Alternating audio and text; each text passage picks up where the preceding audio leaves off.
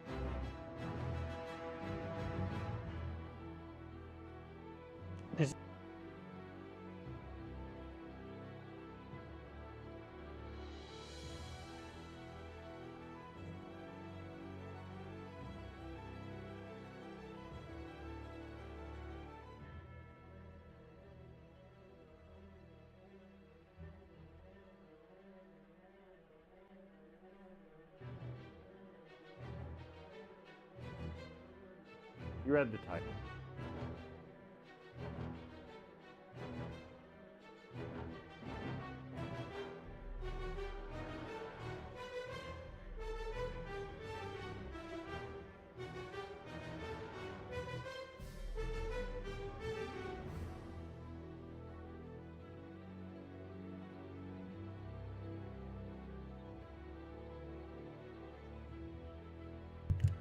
All right, just testing out the mic here.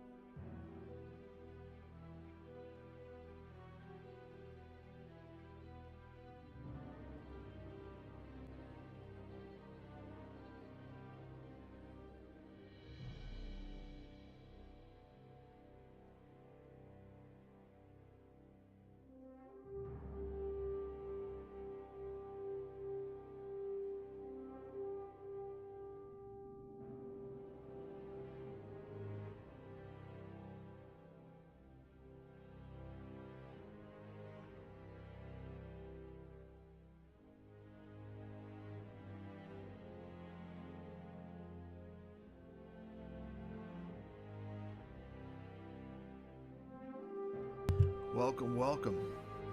I just had to do this. I'm kind of tired. I'm not real sharp. I'm not as mentally sharp as I normally am. I've had a long day and very tired. But I felt compelled to do this because I'm so fucking pissed off at these grifters. These disgusting, uneducated, broke dick motherfucking scam artists in Southeast Asia looking to pay their rent by misleading people and spewing disinformation and selling their courses and their memberships while whoring for scam ads. I've had about enough of this shit, so we're going to talk about this more today. You might recall this fucking scam artist here, who I profiled. If you haven't seen the stream from, gosh, I guess it was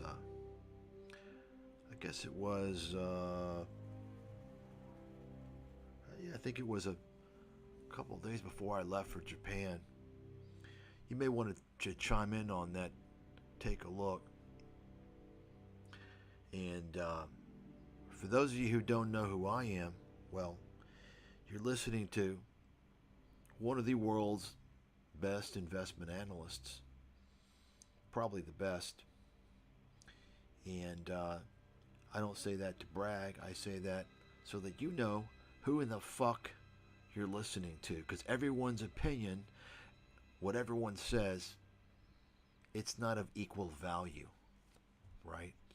I don't monetize, never would do so.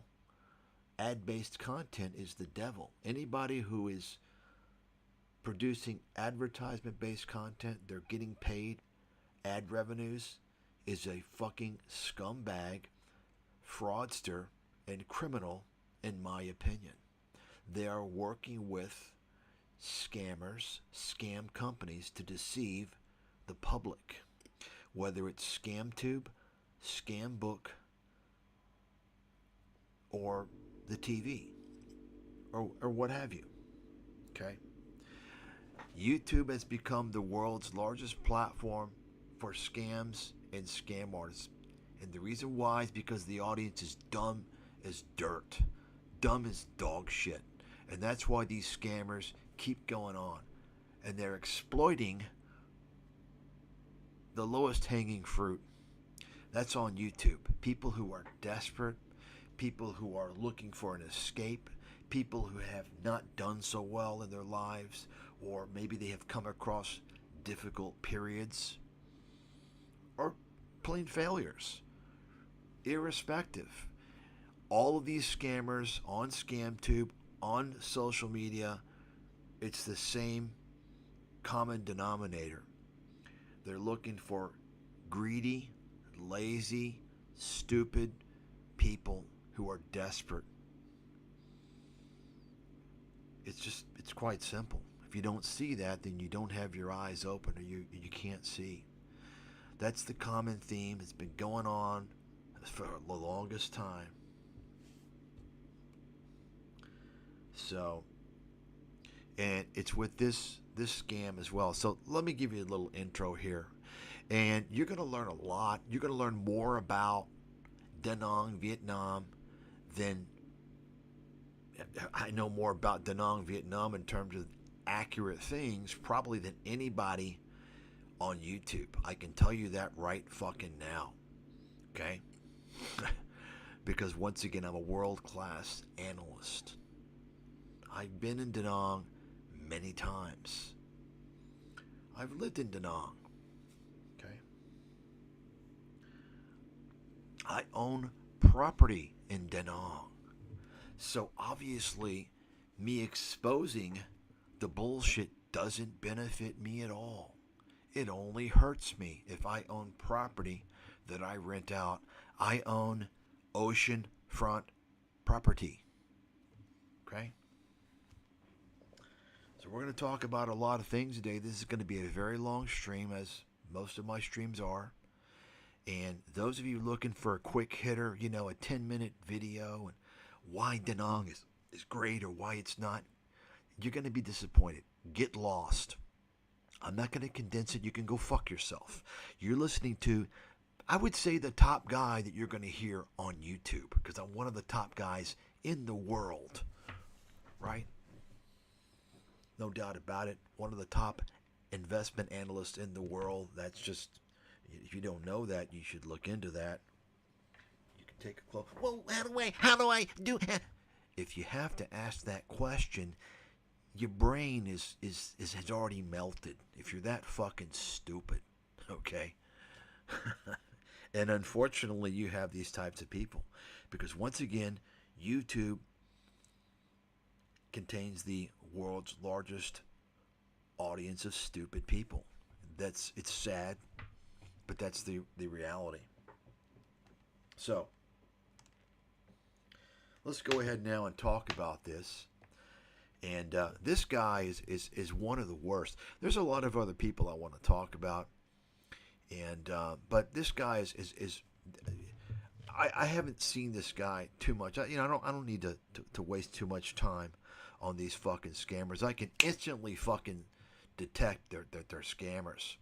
And, some people will be like, well, you need to prove it to me. No, I fucking don't. You learn who the fuck I am. You got it? You don't go to the big swinging dick of the world and expect him to come down on your level, on your fucking first grade mind level, and to prove to you in little baby steps why he's a fraud. You understand that? I'm not going to do that. If you don't want to believe me, if you don't want to trust me, if you don't want to do the legwork for yourself, then go fuck yourself. I don't care. You understand? Well, you need to show me. No, I don't. That's why I tell you who I am. You understand? If you've got someone out there who's the top of the top, who's sharp as fuck, I guess I'm going to start calling myself a polymath. Is that how you say it? Is that how you say the word, what ChatGPT has called me now? If you got somebody like that, obviously the guy's pretty fucking sharp. You look at the research I've done, right? Obviously I'm pretty sharp. Obviously I'm able to see things that other people just can't see.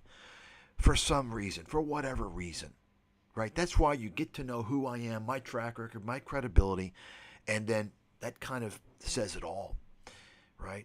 You let that lead, that leads you, and if you want to dig in on your own to try and look into specific reasons why something is or isn't the way it's portrayed, right?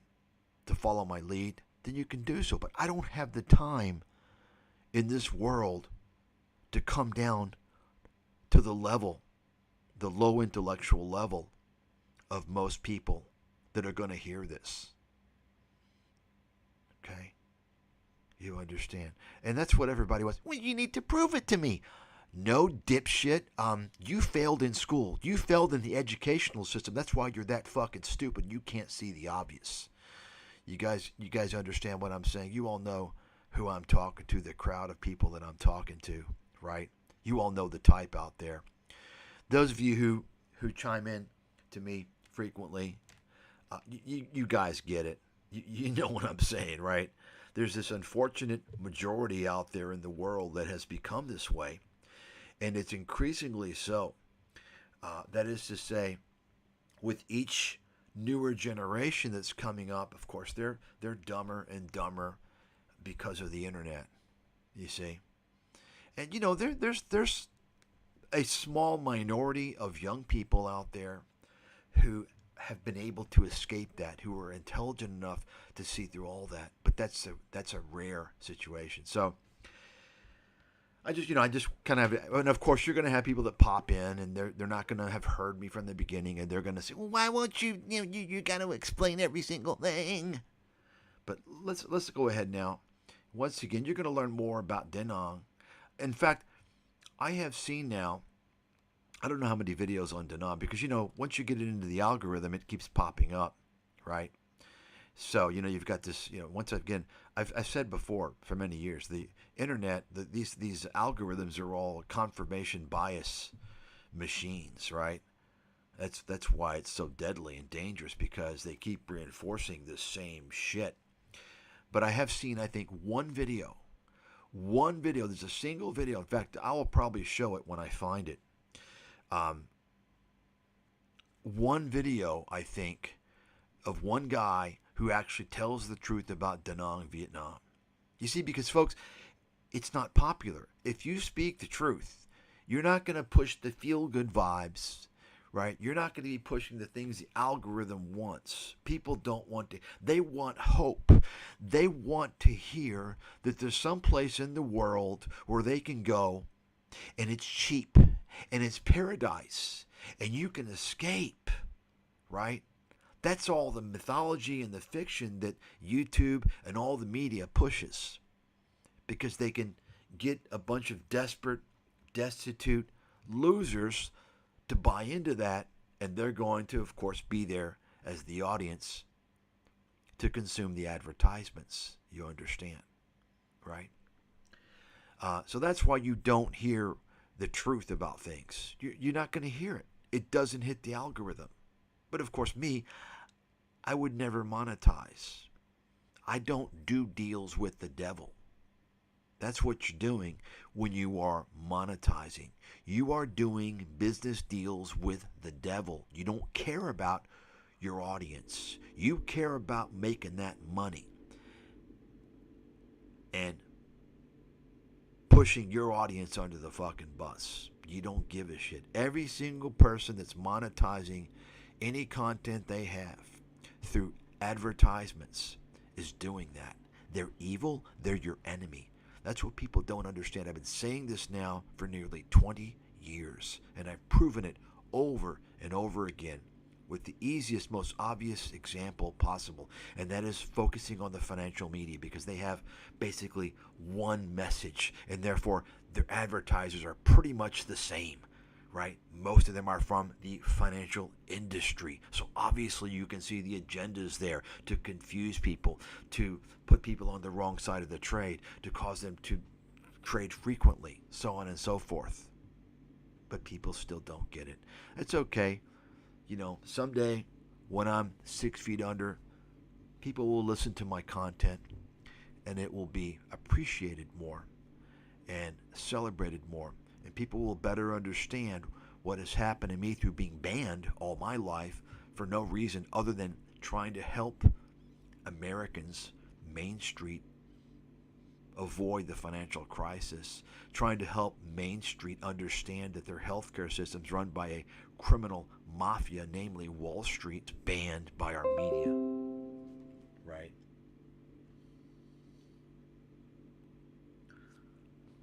I don't know where I cut out there, but apparently I cut out, I believe.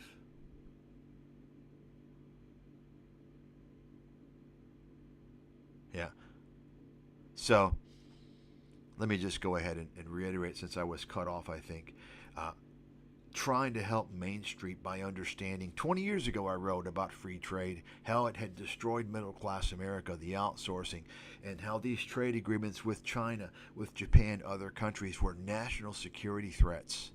I got banned because of that, right? Now, of course, 20 years ago, there was really no evidence that I was a leading analyst, right? But now, it's irrefutable. Clearly, one of the very top guys in the world, clearly someone who should be in history books just for my financial crisis research alone. And still, I'm banned. People don't even know about me. Why is that? Think about that, right?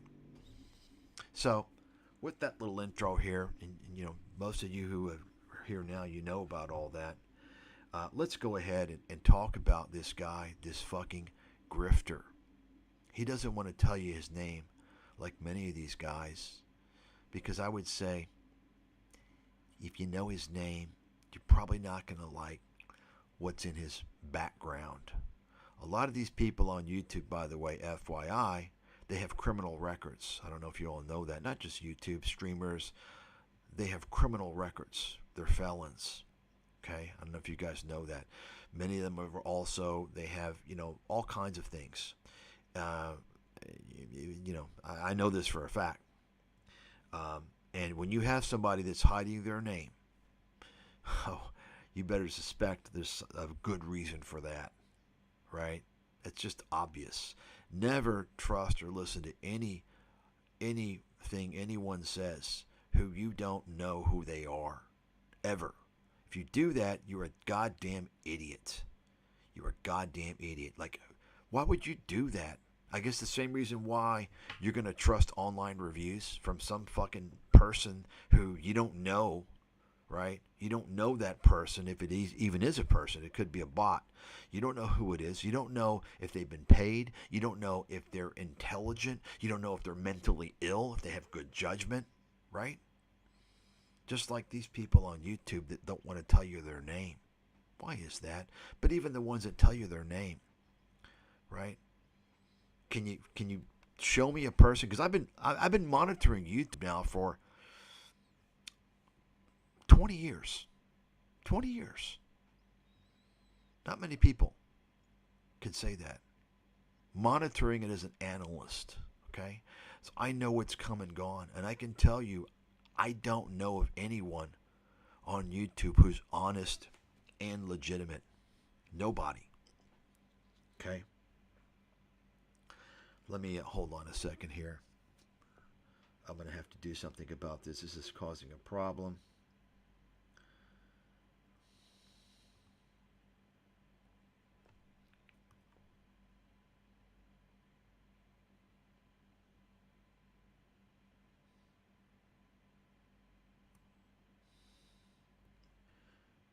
And you know, when you're, folks, let me tell you one thing right now. First and foremost, and you know, people are just stupid. Anything important in your life, ask yourself the question, if you're going to listen to somebody and they're talking about important things, and it doesn't need to be advanced mathematics or advanced science. We're talking about people who are telling you that some place is great, and they're showing you 20-second clips here and there, right? Do you trust that person? Do you trust their judgment? What are they trying to sell you, right? You understand. Why are they monetizing? I mean, you got this guy, for instance, who wants to tell you to retire to Vietnam. How are you going to fucking retire to a country that doesn't even have a retirement visa? That right there disqualifies him, labels him as a fraud or an idiot. But given that he's selling a course and many other things related to that shit, what would you think he is? He's a fraud. That's what he is. Okay? You cannot retire. I mean, you all understand what retirement means? You all know what it means? Everybody understand what retirement is? Retirement is when you're not working, first and foremost.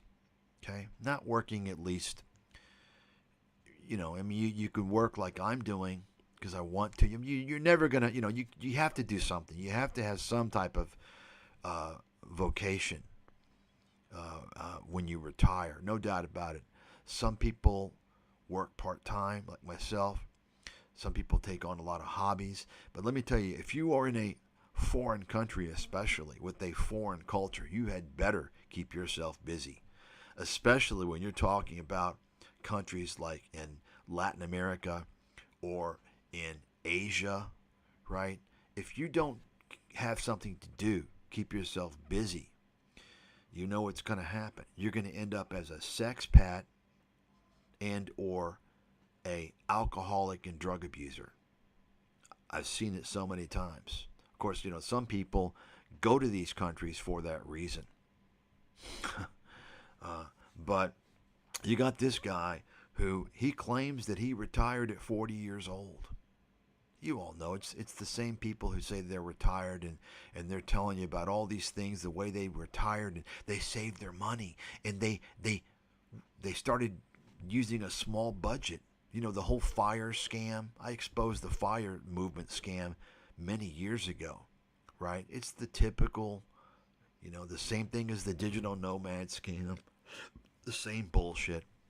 Anybody out there, I mean, you going to try and refute me? Oh, no, you don't understand. I don't understand? Yeah, okay. No, you're just fucking stupid. Show me somebody out there who's on my level to tell me I'm wrong, that the FIRE movement's not a scam. A digital nomad movement's not a scam. Right? Show me somebody on my level. They're not going to do that. You see, because if you have someone on my level, they're intelligent enough to know they're scams. So if they're going to try and refute that they aren't scams, that means they've got money involved selling that fucking fantasy. You understand? They're scammers. You see? That's the bottom line. I have no money involved, no vested interest at all. In fact, I could make money, right? Become more popular, right? By promoting all this shit and going with the paradise bullshit and promoting fire. Yeah, fire. You want to do fire, and I can help you with my research, right? You understand? Digital nomad. Yeah. I'm about the truth, always have been, always will be. It's born in me. That's my genes. I think a good part of morality is in your genes. And the good part is your upbringing. But so this guy, let's go ahead and take a look now. Unfortunately, the problem is that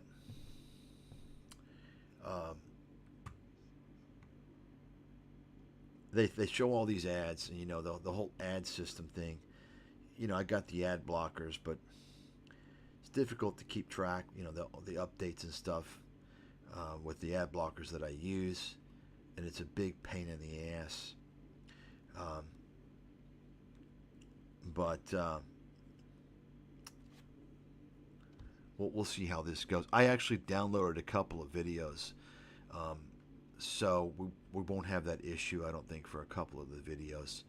And so what I'm going to do is and of course, once again, I've already exposed this scam artist, and let me tell you, folks, this guy I mentioned, I haven't really listened to too much. I've maybe seen 2 or 3 videos that he's done, and I the more I watch this guy, the more I realize this guy is not someone who has just entered the realm of scam artistry. This is one of these guys who's been in this fucking business for many years. That is to say, he's in those dark circles, this kind of deep web of internet scamming, this underground network of these guys. He goes to these conferences and seminars, and he's plugged in to all these fucking scammers. You can tell. How do I know this? Because I can tell his lingo, the things that he says, and how he rattles it out. And it's clear that he's been practicing this bullshit for a long time. So let's go ahead now, and we'll take a look here, and we're going to address these issues here. Because let me just explain something in case you guys don't know. Apparently, it seems to me anyway that Da Nang, Vietnam has become the most hyped up, overhyped place of 2025. All the social media people are hyping up Da Nang, Vietnam. And let me just explain how it works in case you guys don't know.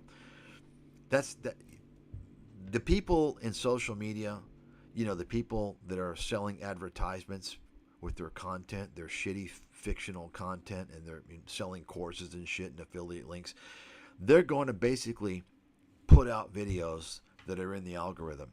And for whatever reason, I don't know if it's organic. I would say maybe to some degree organic, but there's also something else involved in terms of, say, perhaps maybe Da Nang, Vietnam involved in buying ads in social media. For whatever reason, it is in that algorithm. So these scammers on ScamTube and social media, what they do, of course, they check what's trending.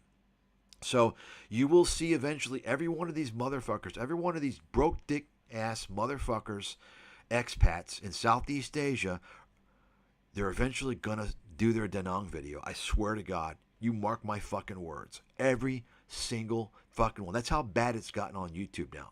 And I'm talking about even guys that normally don't do it. You're going to see guys in the Philippines that are going to do it. I'm telling you, I've sat here and watched it. In fact, one of the guys that I exposed before, I just now saw, he just now released his fucking Da Nang video. Just now. This Paul Lee guy, remember Paul Lee? Right?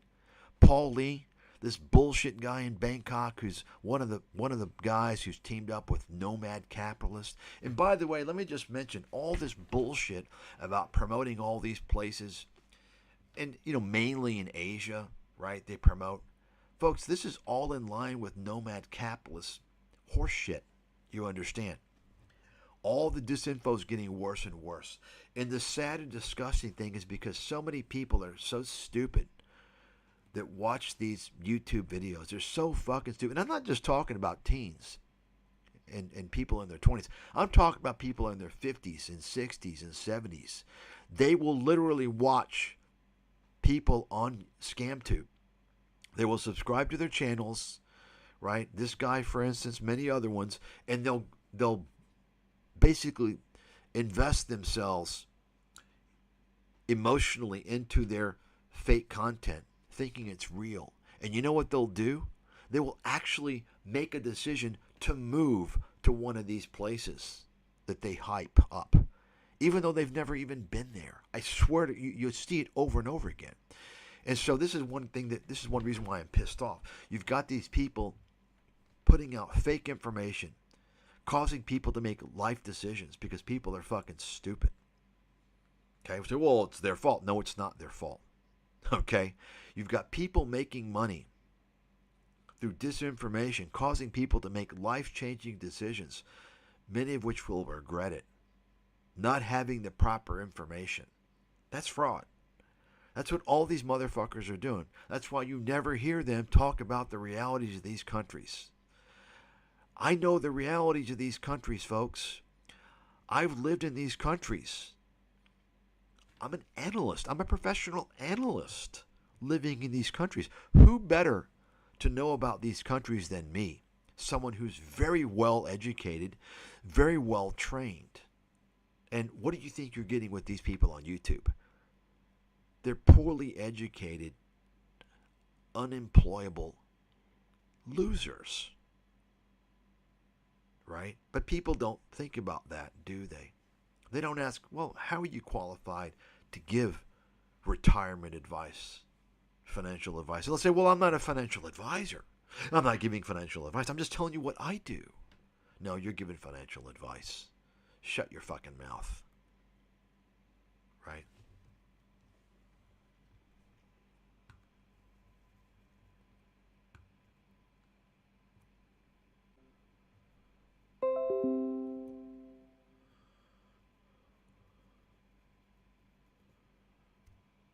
So, let me check my connection here. Okay, so give me a second here.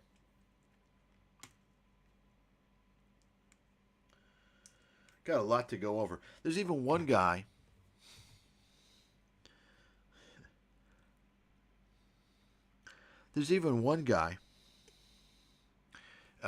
Who I might go over here at some point, who actually I corrected him because he made some false statements, and I had to correct him because he was grossly false. Don't talk about things you don't fucking know, you goddamn idiots out there in the world. Shut your fucking mouth. Stop misleading people. When you have a platform to the world, you're talking to the world, be fucking careful what you're saying. Do not spew disinformation. God damn it. Or I'm going to call you out. I corrected the guy pretty politely, actually. But he didn't like it because then he tried to correct me by adding something he didn't say in his original statement. I guess he kind of Googled something to add a detail there. And I said, well, you didn't say that. And you didn't address all the other issues. And he blocked me. I kid you not. He blocked me. And guess what? I'm going to cover him at some point because I may even actually show you quickly today. I don't know. We'll see. He actually did another video. I just saw the other day. I don't check up with this guy, but I happened to look at it. He did another video with more disinformation. With more fucking disinformation. This is what you get, folks. You get people talking about things they don't have a fucking clue about, and the idiots out there that believe them don't stop and think, well, how are you qualified? What are your credentials? Why are you talking about these things that you're not qualified to talk about? You see? And this is why there's so much disinformation out there, why people are so stupid. Because at the end of the day, they don't stop and ask the most critical question. How are you qualified? Show me your qualifications, your credentials to talk about these issues.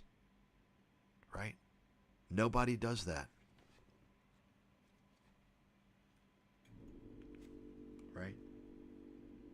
Nobody. So let me go ahead and now and get to these videos here. Let's see what we got here.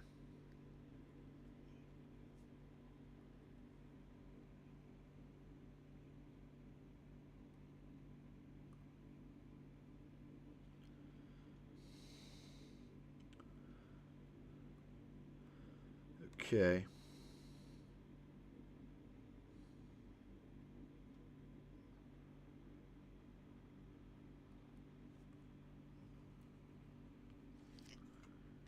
So I want you to see this. Now this is a how I retired at 40 to live in Vietnam. You see that? So think about that for a second. Think about that.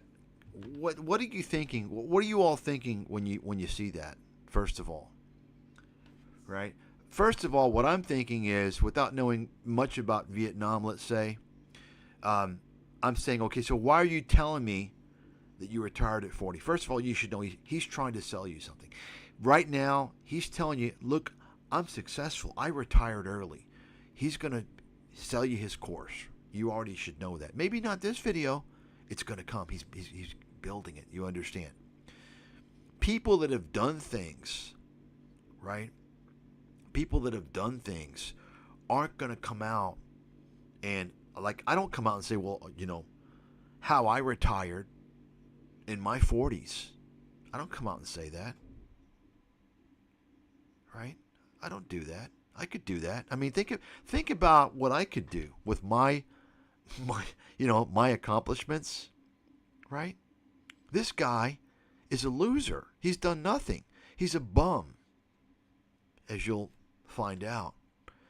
And from what I could, what it seems to me is he's basically was kind of a drunk, a loser, maybe a druggie, probably with the tattoos all over his fucking body. He claimed to be a school teacher in Canada, right? And then he lived in Mexico, red flag, right? And then some other countries, and then Asia. So you kind of see what I'm saying. He's been a failure. He hasn't really done anything, and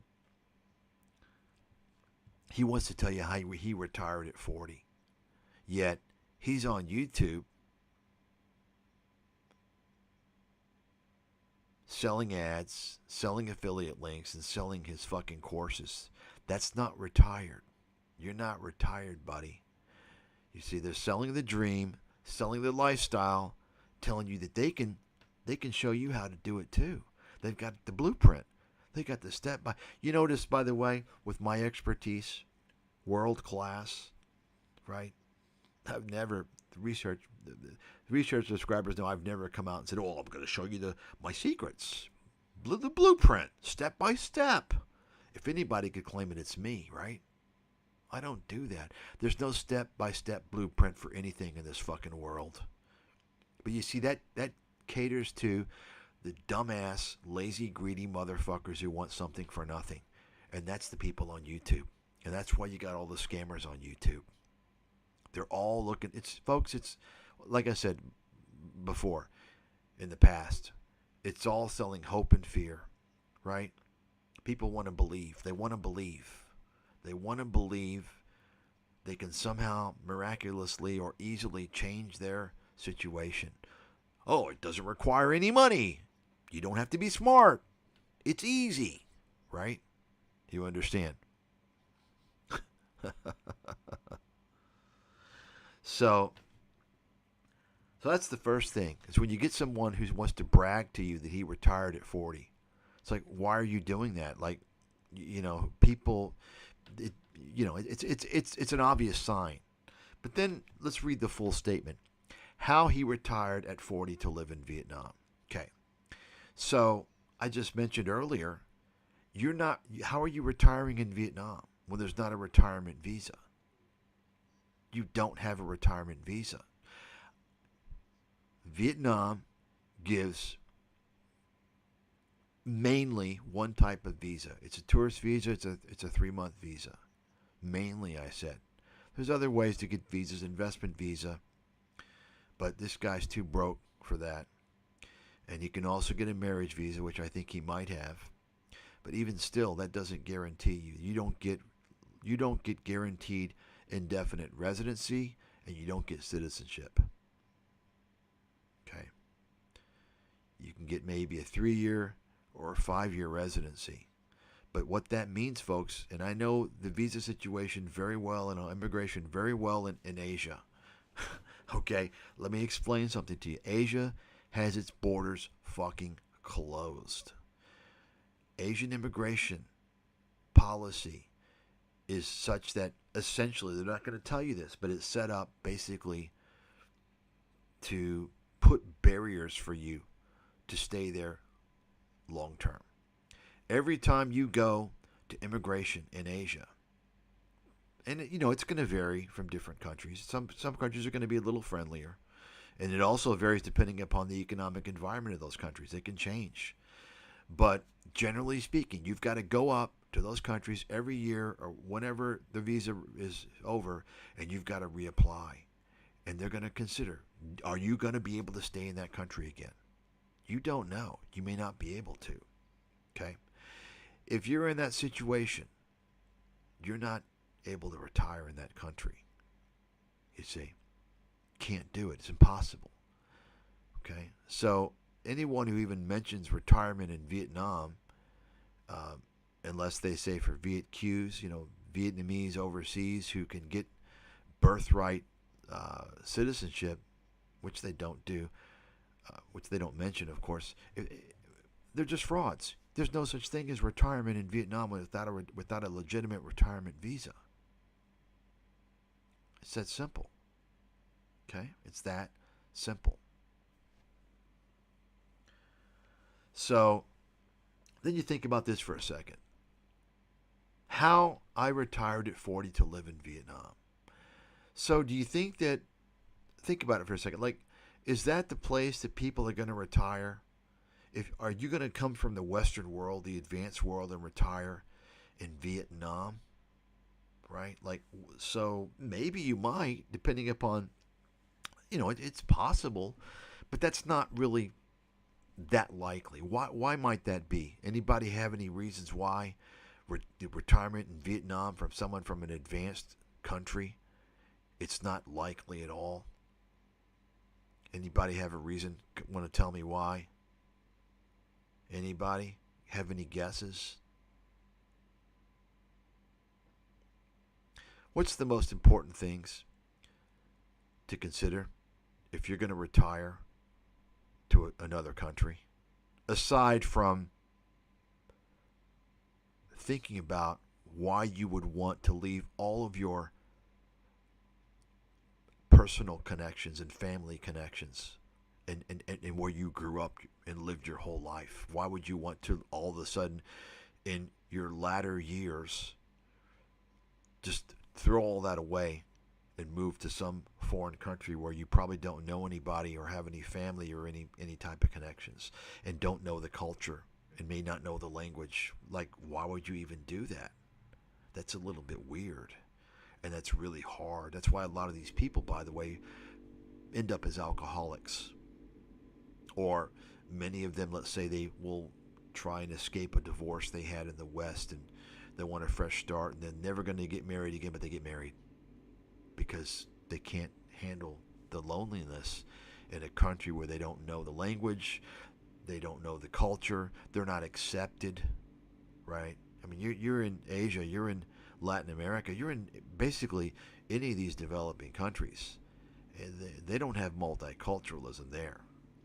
You're always an outsider, and they see you as an outsider. That's just a fact.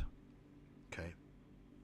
So anybody want to give me a reason why you would, it seems a little weird that you would want to retire in Vietnam?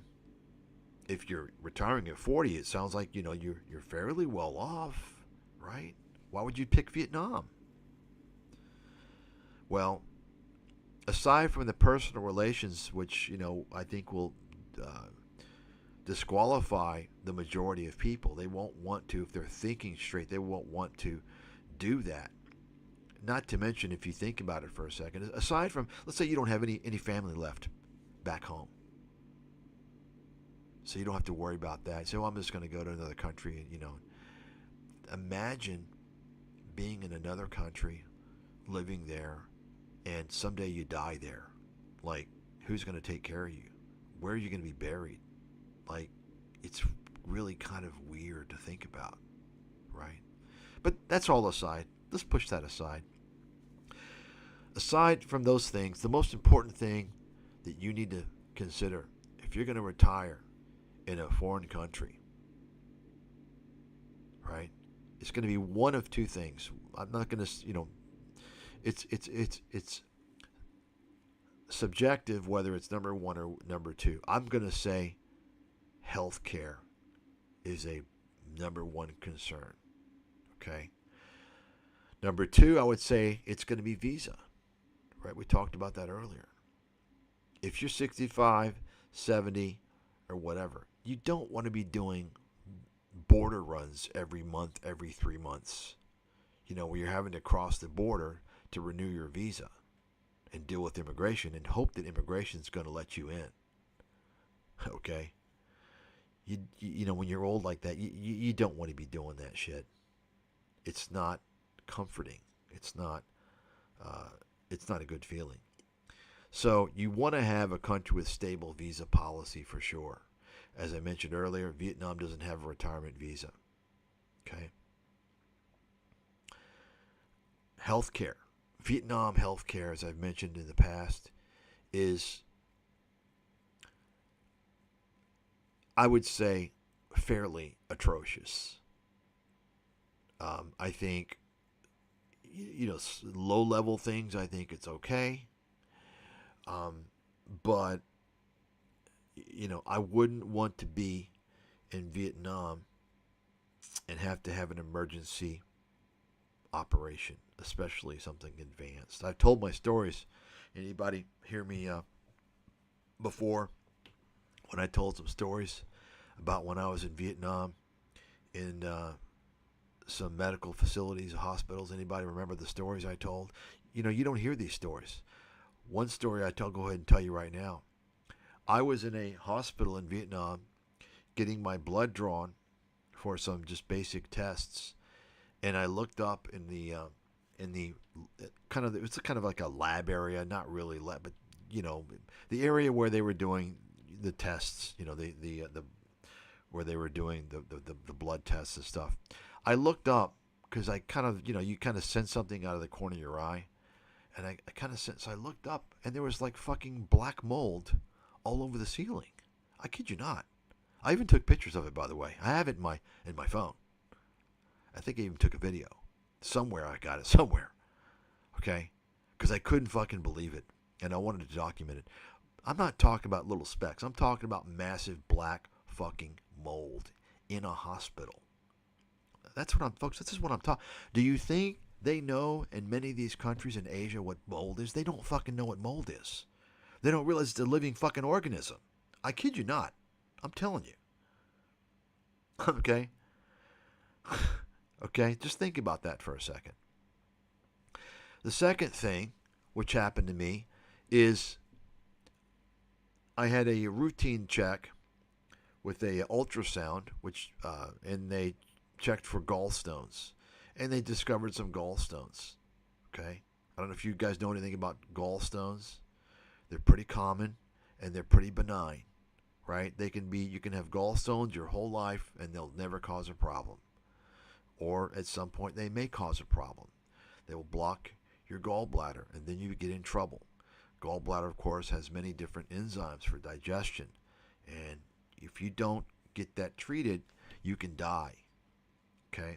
So, it's an emergency operation if it's blocked. If it's blocked, you will have obvious symptoms. You will have jaundice. Your body, your face will become jaundiced, yellow, right? Other things. So the bottom line is that they told me, oh, well, you can go to the specialist if you want. You don't have to, but you can. I said, okay, I'm going to go. I'm going to see, because I've been healthy all my life. I've never been to the hospital. Um, I don't really go much, and so I said, take a look at this. So I was in there with a bowel guy, an internal medicine guy, specialist, and he said he looked at the ultrasound. He's like, oh, I recommend we do surgery. And I looked at him and said, what are you talking about? There's no other alternative. There's no, no medicine. No, oh no, we should do surgery. And I knew better. He wanted me to go under the fucking knife. Okay? He wanted me to go under the knife. Basically, either practice on me, like that's what all these university hospitals do, by the way. Don't ever go to a university hospital for an emergency anyway. They're just going to practice on you with fucking students, by the way. It's fact. Write it down. And you're never going to know it. Or he wanted to drum up the money. I don't know. But I knew, I was like, okay, forget it. So first of all, I knew there were meds you could take. It's slow, but it's possible. I got on a fucking plane. Not immediately, but during my next trip, I got on a plane, went to Bumrungrad in Bangkok, and I met with a specialist there, and he said, no, you don't need it. You don't need a gall. In fact, they actually found more gallstones and much larger than the ultrasound, because they actually did different tests. I think can't remember what they did, but maybe a CT scan or something. But they found even more gallstones. No, don't worry. It's basically, it's if you have symptoms, that's all. And if you have symptoms, you have a few days, so you can fly here wherever you are, So that's my story about the healthcare in Vietnam. Think about if you're older. What's assuming you don't have any predisposed conditions, but a lot of older people do, right? They'll have, maybe COPD, maybe they'll have a heart issue or something else. But let's assume that you don't have anything. Well, if you're older, at some point, what's going to happen?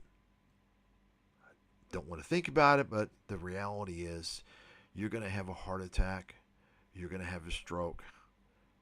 Maybe some other things, but those are pretty high probability, assuming you don't have a type of an emergency, which will put you in the hospital. Of course, that's another issue. Is the safety hazards in these countries. Being hit by a motorbike or a car, or falling into a fucking hole that wasn't marked off because of the construction, the poor construction. So think about it. If you have a stroke or a heart attack, do you want to be in a hospital in Vietnam? I have been to the so-called best hospitals in Vietnam, and it's scary. Okay? So think about that. If you're going to retire in Vietnam, why would these people advise you retire in Vietnam when they don't even have decent health care? They're going to tell you the health care is great. You all know, not only am I a world-class investment analyst, I'm also a healthcare expert. I'm top tier. Okay? ChatGPT. In fact, ChatGPT has only looked at my financial apocalypse material on healthcare and my SMU biotechnology lecture. It hasn't even looked at my full book on healthcare yet. Okay, but you can see the analysis where it puts me quite high. Okay, I know healthcare quite well, and I can tell you, these guys, they're all full of shit. Thailand healthcare is also greatly overhyped, no doubt about it. And there's also administrative issues with Thailand healthcare that can cause you to lose your life, which I might get into in the future. But the point is this, folks. If you're coming from the advanced world, an advanced country, and when I say advanced, I'm saying basically they have higher standards for things. They have rule of law. They have regulatory oversight. They have high standards. Why would you go and retire in a developing country where they don't have those standards right? Where you could be faced with, they don't have, folks, they don't have lawsuits in the healthcare industry. In, well, I'm not going to say any countries in Asia, but most countries that I know of, they don't have lawsuits. You say, well, that's good. That's good. It keeps the healthcare prices down. That's what you're going to hear by the idiots in America. They're going to tell you that's why healthcare is so expensive, is because the tort, they want tort reform. Now, I wrote about that 16 years ago. Actually, the added expenses are quite low, less than 1%. You want to have a legal structure in healthcare to make sure that the physicians, the healthcare providers are careful. Okay, and you want to hold them responsible if something happens, right? You all understand what I'm saying? So it's very important to have that. You don't have that in Asia. You don't have it. So imagine if you want to retire in one of these countries. Think about it, folks. If retiring means you're going to eventually die, probably, unless you get hit on the street or something, or die of food poisoning or something, but you're going to die of a heart attack or a hip. That's another thing, is a broken hip, right? I'll talk about that here in a second. Or a stroke or something like that. Assuming you don't have some predisposed condition. Chances are pretty high. Everybody agree with that? You all know that, right? So think about, do you want to be in a hospital in Vietnam or Thailand if you need a triple bypass? Or let's say you're a victim of the terrible safety hazards in Asia and you find yourself in the ICU because you fell down and you broke your hip. And you all know, I've said it before, and you don't believe me, you can look it up in Harrison's Internal Medicine or anywhere else. You know what happens when you're over 65 and you break your hip and you go to the hospital? You tell me what the fatality rate is. You understand, when you break your hip, what happens? You're in the hospital for a while. And the longer you're in that hospital, the greater the chance you don't come out other than in a body bag, because you get a hospital-acquired infection. A broken hip, whenever I hear someone's got a broken hip, an elderly person, I'm pretty worried, because there's a good chance they're not going to make it. They're going to get a hospital-acquired infection. Okay? So imagine you've seen the sidewalks. Well, they don't have sidewalks in most places in Asia. You got to walk on the road, by the way. I mean, you think that they have nice paved sidewalks like they have in the West that aren't broken? You understand. You know how easy it is to fall, to twist your ankle and to fall and break your hip if you're older in Asia? It's very easy. It's extremely easy. That puts you in the hospital. You understand. Nobody ever talks about this stuff. Why? Because they don't want to, and they're also ignorant. They're not educated. They don't know about these things. They want to tell you that everything's great, everything's cheap, and you can escape your loser life in the West by moving to Vietnam, by retiring in Vietnam, by moving to Thailand. It's all a bunch of fucking lies. Okay? So, notice, so we read the first part of this sentence. How I retired at 40 to live in Vietnam. And then he tells you 8 money concepts that help me get free faster. And so what he's going to do here, he's going to tell you it's the Robert Kiyosaki, Susie Orman bullshit. Save more, spend less, invest. And you can do it. You can do it. You can escape the slavery. You can escape, and you can eat cheap and all this bullshit. And you all know I've talked about all the claims, and we're going to see him. I'm going to go and play the videos now, because I could go on and talk about this shit non-stop. Let me go on. Let's listen to this video here. Okay, so he's telling you how you retired here. Okay, let's listen to this bullshit.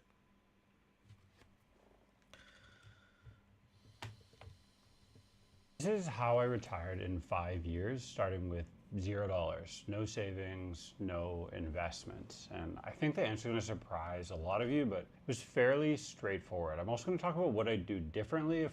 Notice, by the way, his speech. Because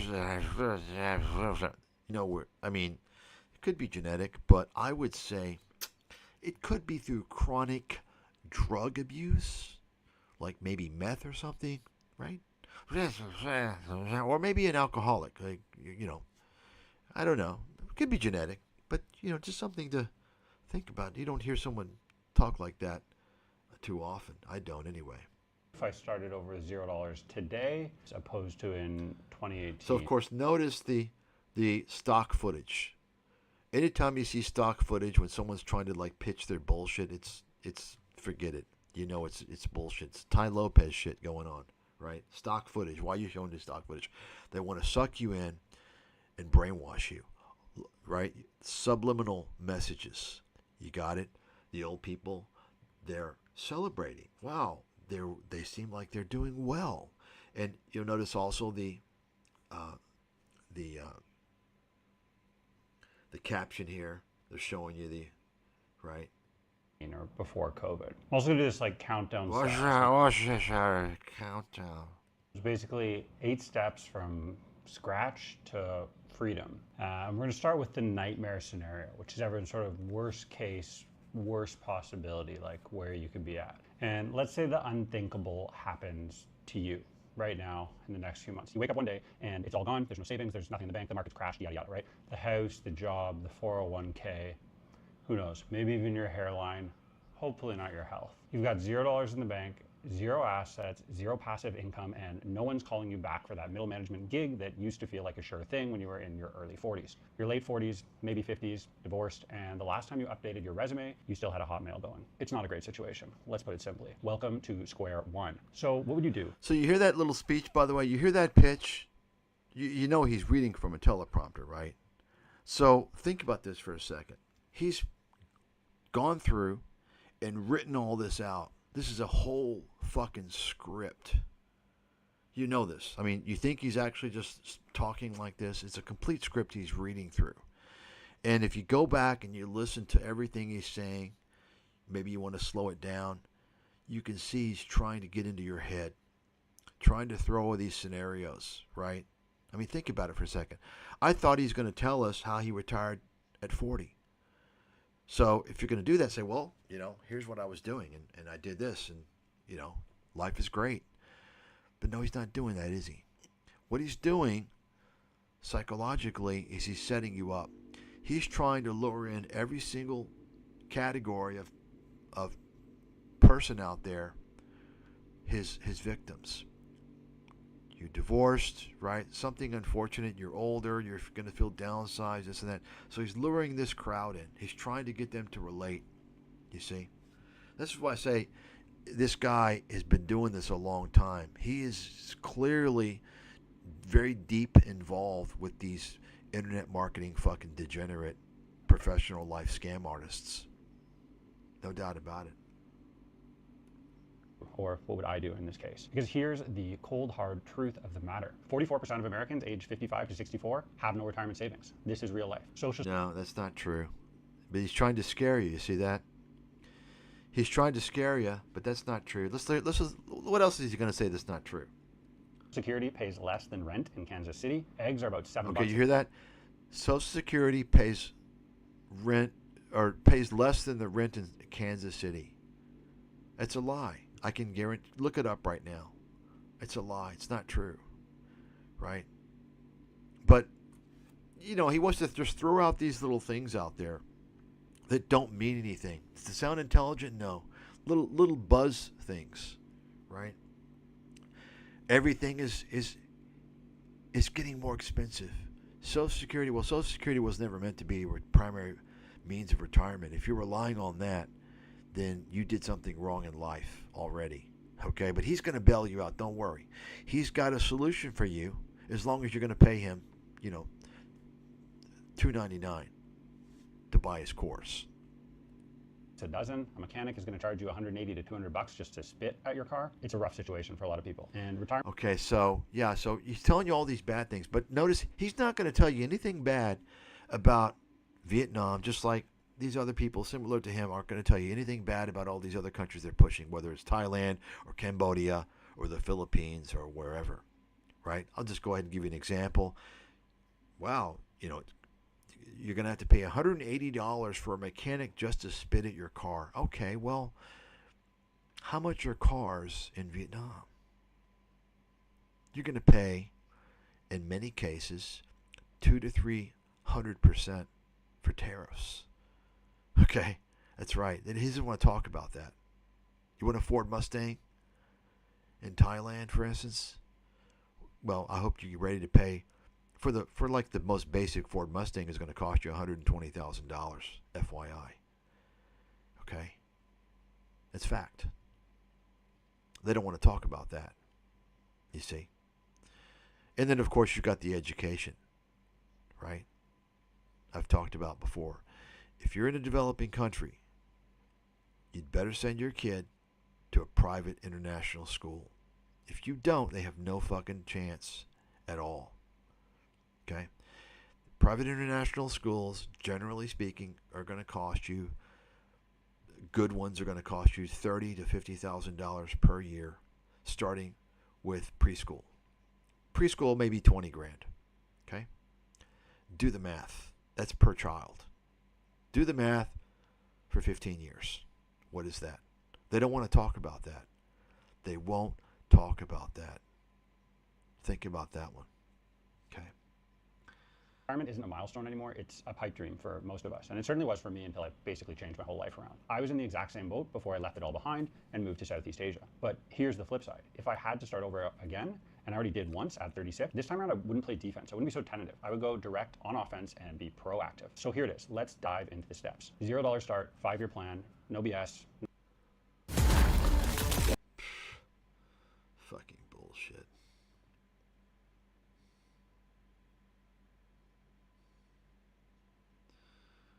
There you go.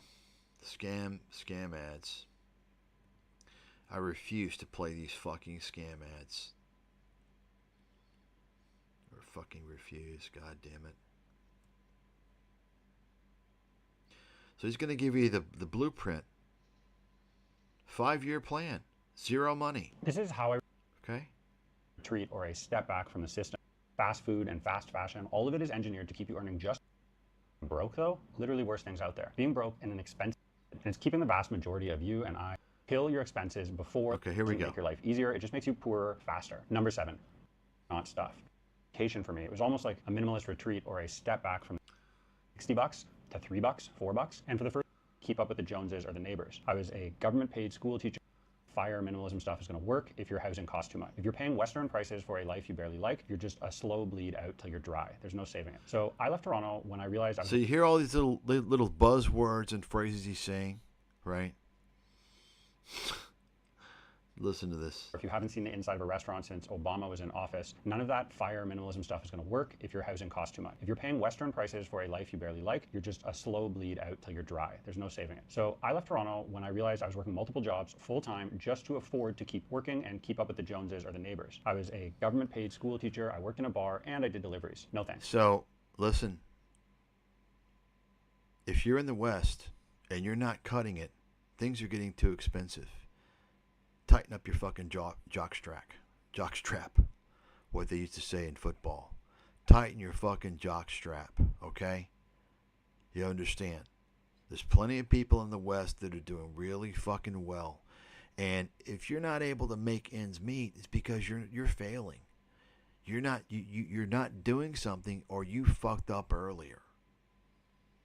Okay? Take advantage of the opportunities that you have in the Western world, the most amazing, limitless opportunities of anywhere. There's many opportunities. That's what you need to do. This is why these guys in Asia are pulling all this fucking grifting, all this fake content, and telling you, selling their courses and shit and all this fake, because they don't have any opportunity in Asia. They're stuck in Asia and they can't make money. So they're selling scams. They're selling the fucking dream. That's what no one else is going to tell you but me. I know this shit.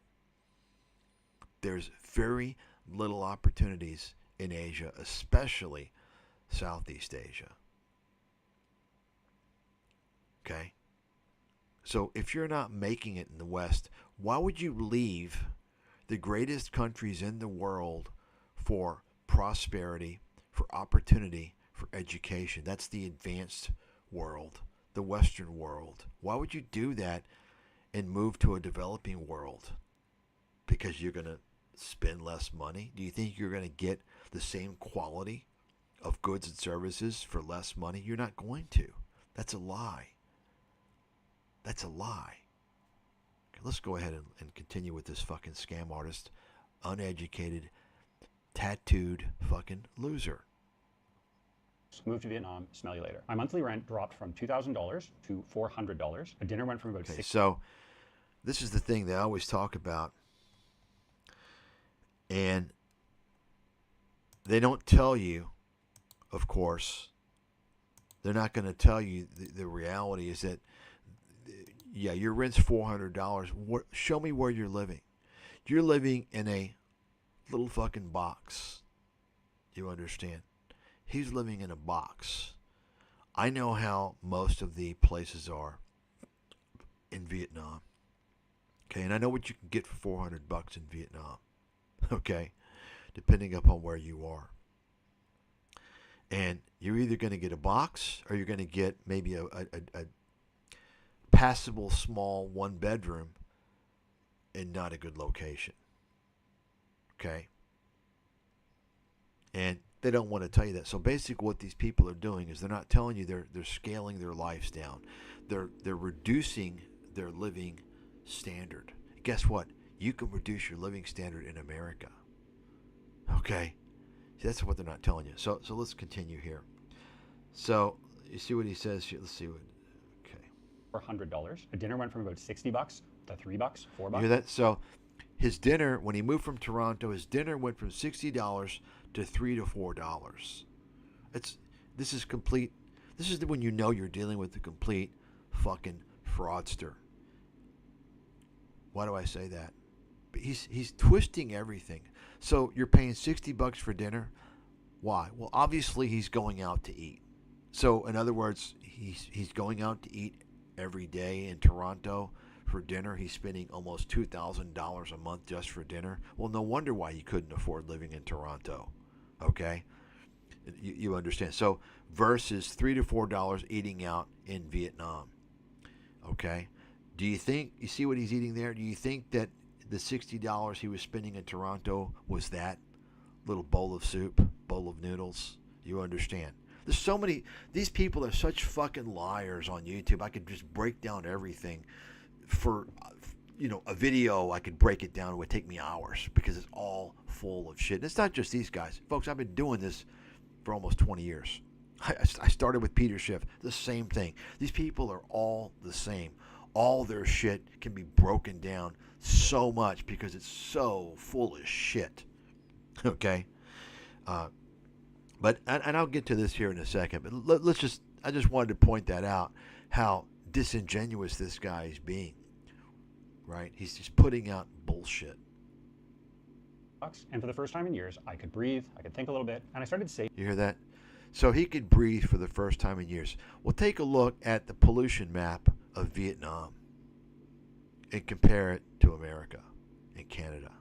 You can breathe in a heavily polluted fucking country. That's one of the problems of Vietnam. It's one of the problems with Asia. And it's one of the problems if you're thinking about retiring. Do you want to live in countries that have some of the highest pollution rates in the world? Are you fucking crazy? Do you all understand, by the way, the pollution that you're getting in these countries? The particulate matter that's in the air. You're talking about teeny tiny nanoparticles that are so small that they can penetrate, they can get through your alveoli in your lungs, and they can enter your bloodstream, and they can cause a heart attack. You all understand this? Do you all realize this? No, you don't know this. I'm educating you now because I'm a fucking world expert. I'm a polymath, as ChatGPT says. Okay? You understand? If you don't believe me, do some fucking legwork and some research. If you're smart, you just look up who the fuck I am and check at my credentials and my track record, and you'll realize I'm not wrong too often. Okay? In fact, when it comes to something like forecasting, that's going to be the highest chance of me being wrong because that's trying to see what's going on in the future. But take a look at that track record. Boom! Right? So think about that for a second. You got people advising you to retire. You're going to be older to countries that are highly polluted. Okay? We're not talking about burning fucking paper. You understand in these Asian countries what they burn? Right? Do you realize what they're burning? They're burning fucking metal. They're burning electronics components and shit like that. That's the metals that get into the air, tiny particles that are able to get into the bloodstream through your lungs. They're that small. And they can cause what's known as pulmonary embolus or pulmonary emboli, right? That's a blood clot, and that can cause a heart attack. Okay? It can cause many other things. Maybe it's not going to be as severe. It can cause many other issues. Pollution in Asia, pollution generally speaking, these days, industrial pollution is very, very underrated and very dangerous.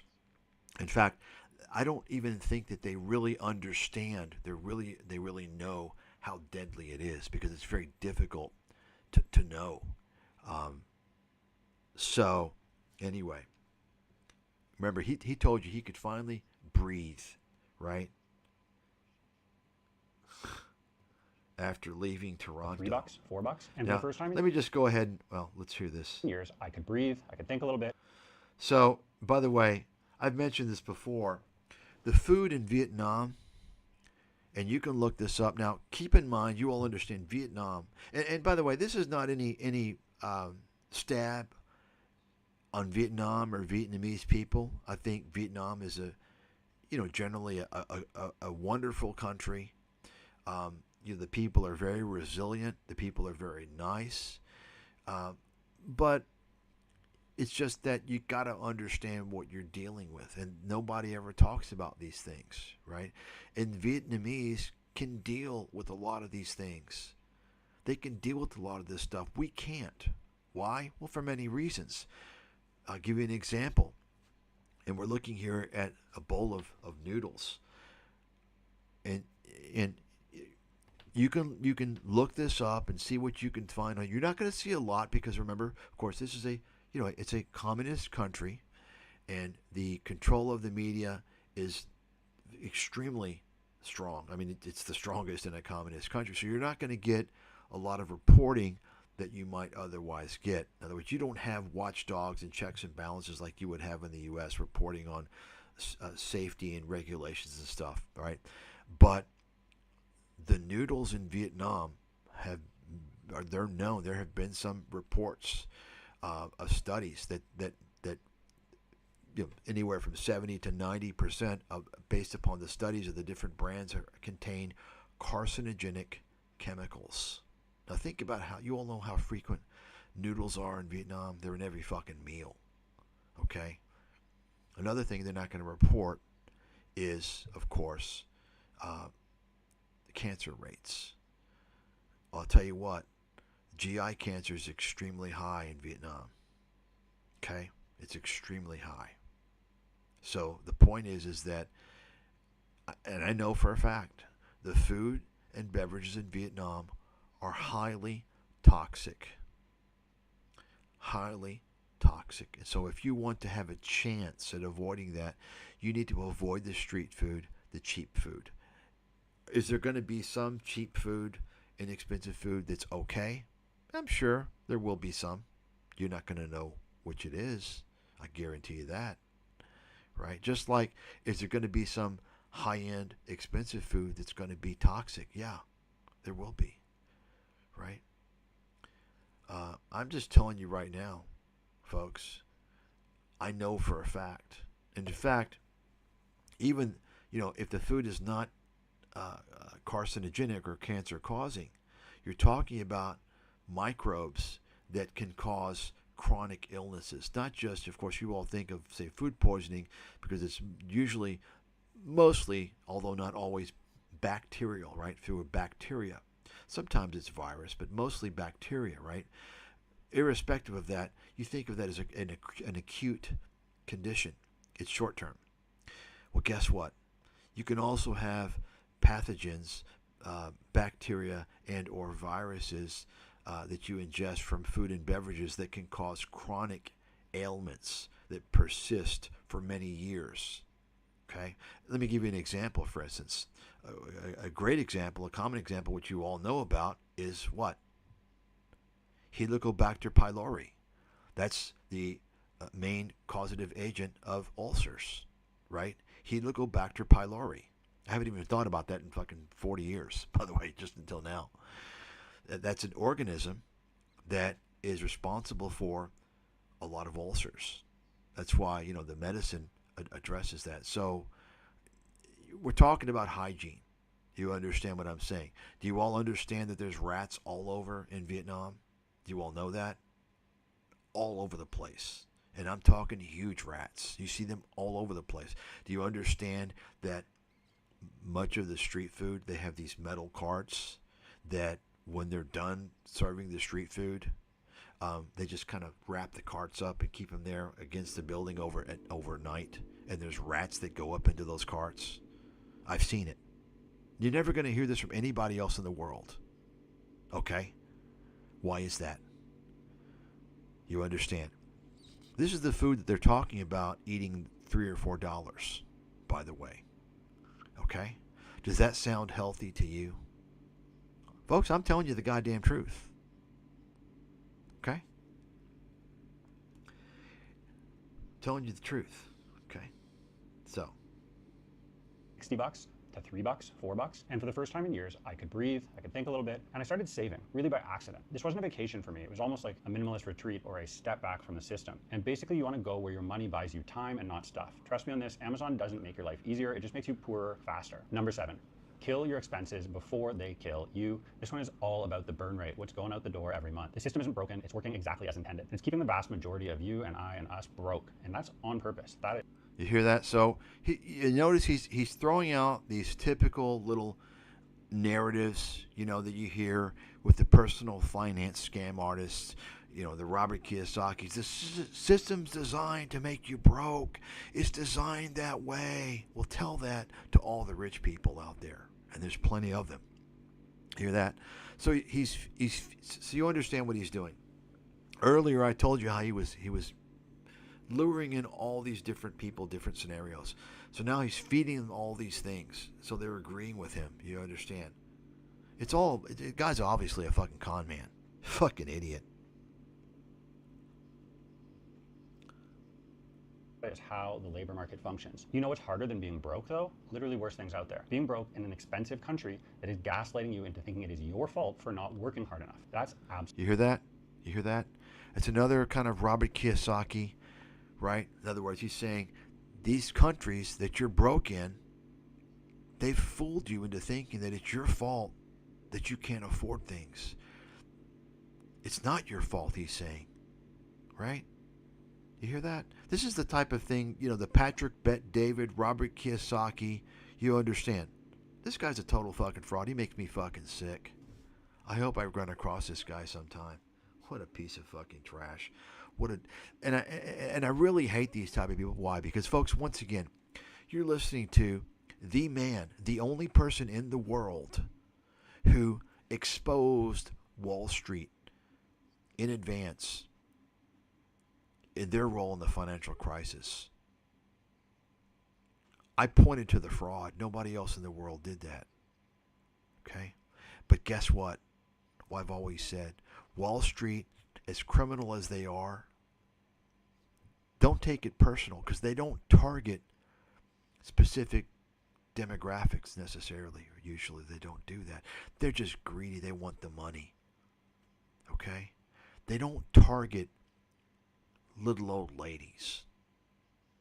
These people on ScamTube are targeting specific demographics of people. They are targeting people who have fallen onto hard times for one reason or another. That's what makes me fucking so enraged at these fucking scammers. They're going after people, specific people who are in a bad situation. and they're trying to make money off them, selling them false hope. Disgusting, scumbag pieces of shit. Think about that for a second. You all know I'm not a fan of Wall Street. I've been calling them out for years, right? I've exposed many of their scams. I mean, I've exposed Wall Street more than anybody in the world, the inner workings of Wall Street, of hedge fund industry, so on and so forth. But guess what? Compared to these grifters on ScamTube selling their bullshit, Wall Street is not as bad at all. Because Wall Street's not specifically targeting desperate people, vulnerable people. Wall Street's just trying to make the fucking money. They don't know exactly who they're hurting. You see what I'm saying? These guys know exactly who their target is. It's a very structured, a very calculated pitch that they're giving. And if you go through and listen to this guy and study what he's saying exactly, and think about this, you'll know exactly what I'm talking about. All these people, it's the same thing, right? It's the same thing. Absolute BS. Whatever it is, Starbucks, subscriptions, tech upgrades, planned obsolescence, fast food, and fast fashion, all of it is engineered to keep you earning just enough to stay afloat and to never get ahead. That's just the cold, hard reality of America today. So you hear that this whole conspiracy, well, guess what? No one's telling you that you need the fast food and Starbucks and fast fashion and all this stuff. But you see, this plays into that whole nonsense. You see?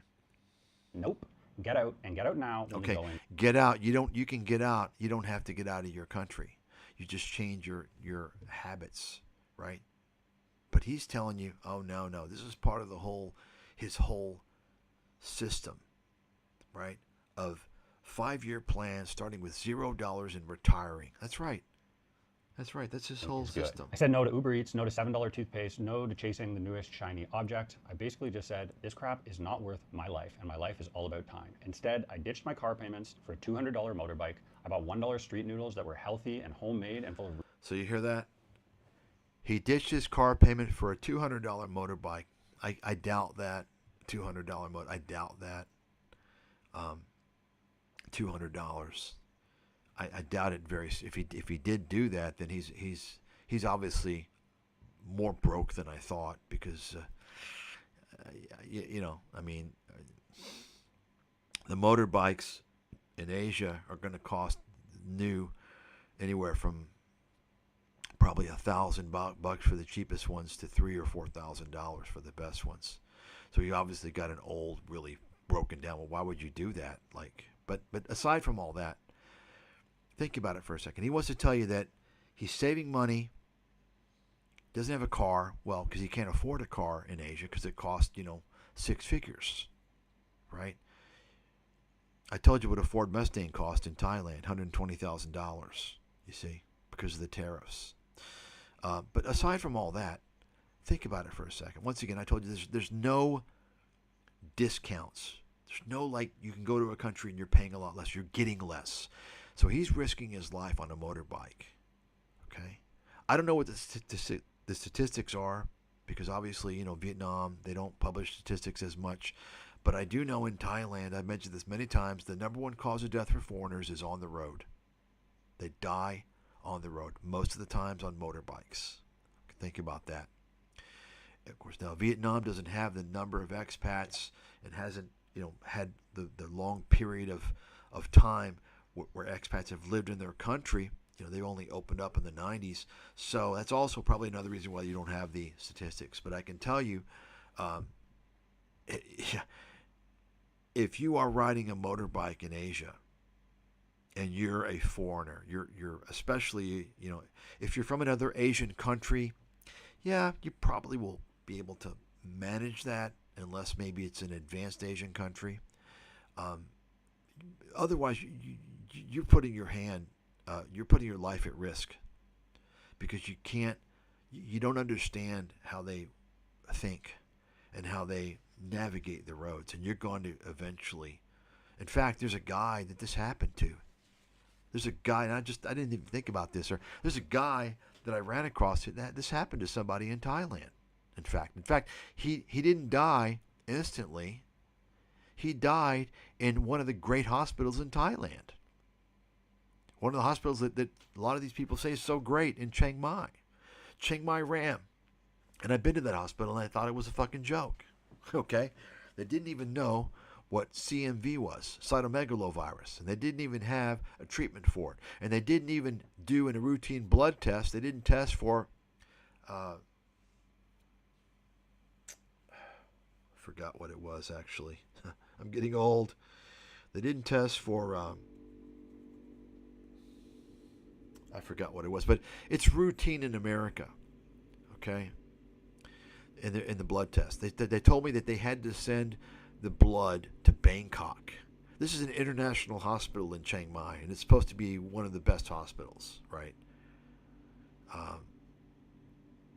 So, I mean, folks, when I talk about stuff, I know what the fuck I'm talking about, okay? And I have experience, firsthand experience. And matter of fact, I can pull up the channel and show you the guy's channel right now if you want to see it. Or I'll just tell you the channel. Discovering Thailand. Okay? And it's funny. You can go look at the channel. I mean, it's kind of sad. The guy's dead, okay? But he's one of these guys, he's look at his video in the beginning. He's like, he didn't know he's really camera shy. And you can tell he's not real, educated or stuff. Apparently, though, he already had a lot of experience on YouTube because he had some other channel where he made models, built, car models and shit or stuff. But anyway, he, so what you could see the progression, how he's getting more views and he's, I'm going out. I'm showing you this now. Oh, you're getting monetized. You see, the virus took over. The virus took over, you see. And guess what? He went to Thailand from Australia to retire. And guess what? He's 6 feet under now. Why? Did it have anything to do with the fact that he was a YouTuber? Maybe. Probably. Right? Or there's the case of a guy I read a comment the other day about someone who, and this relates to the administrative issues I mentioned earlier in Thailand, in terms of the hospitals that can cause you to die. Many of these insurance companies, they don't honor the contract overseas. You know why? Anybody know why? So in other words, you're overseas, you got an emergency situation, you got to go to the hospital. But the hospital's not going to approve it. You got to pay for it. Why would they not honor it? Anybody want to give me an answer? Anybody know why? Come on, what's your guess? Why would they not pay for it? How could they kind of think they're going to weasel out of it? Come on. Come on.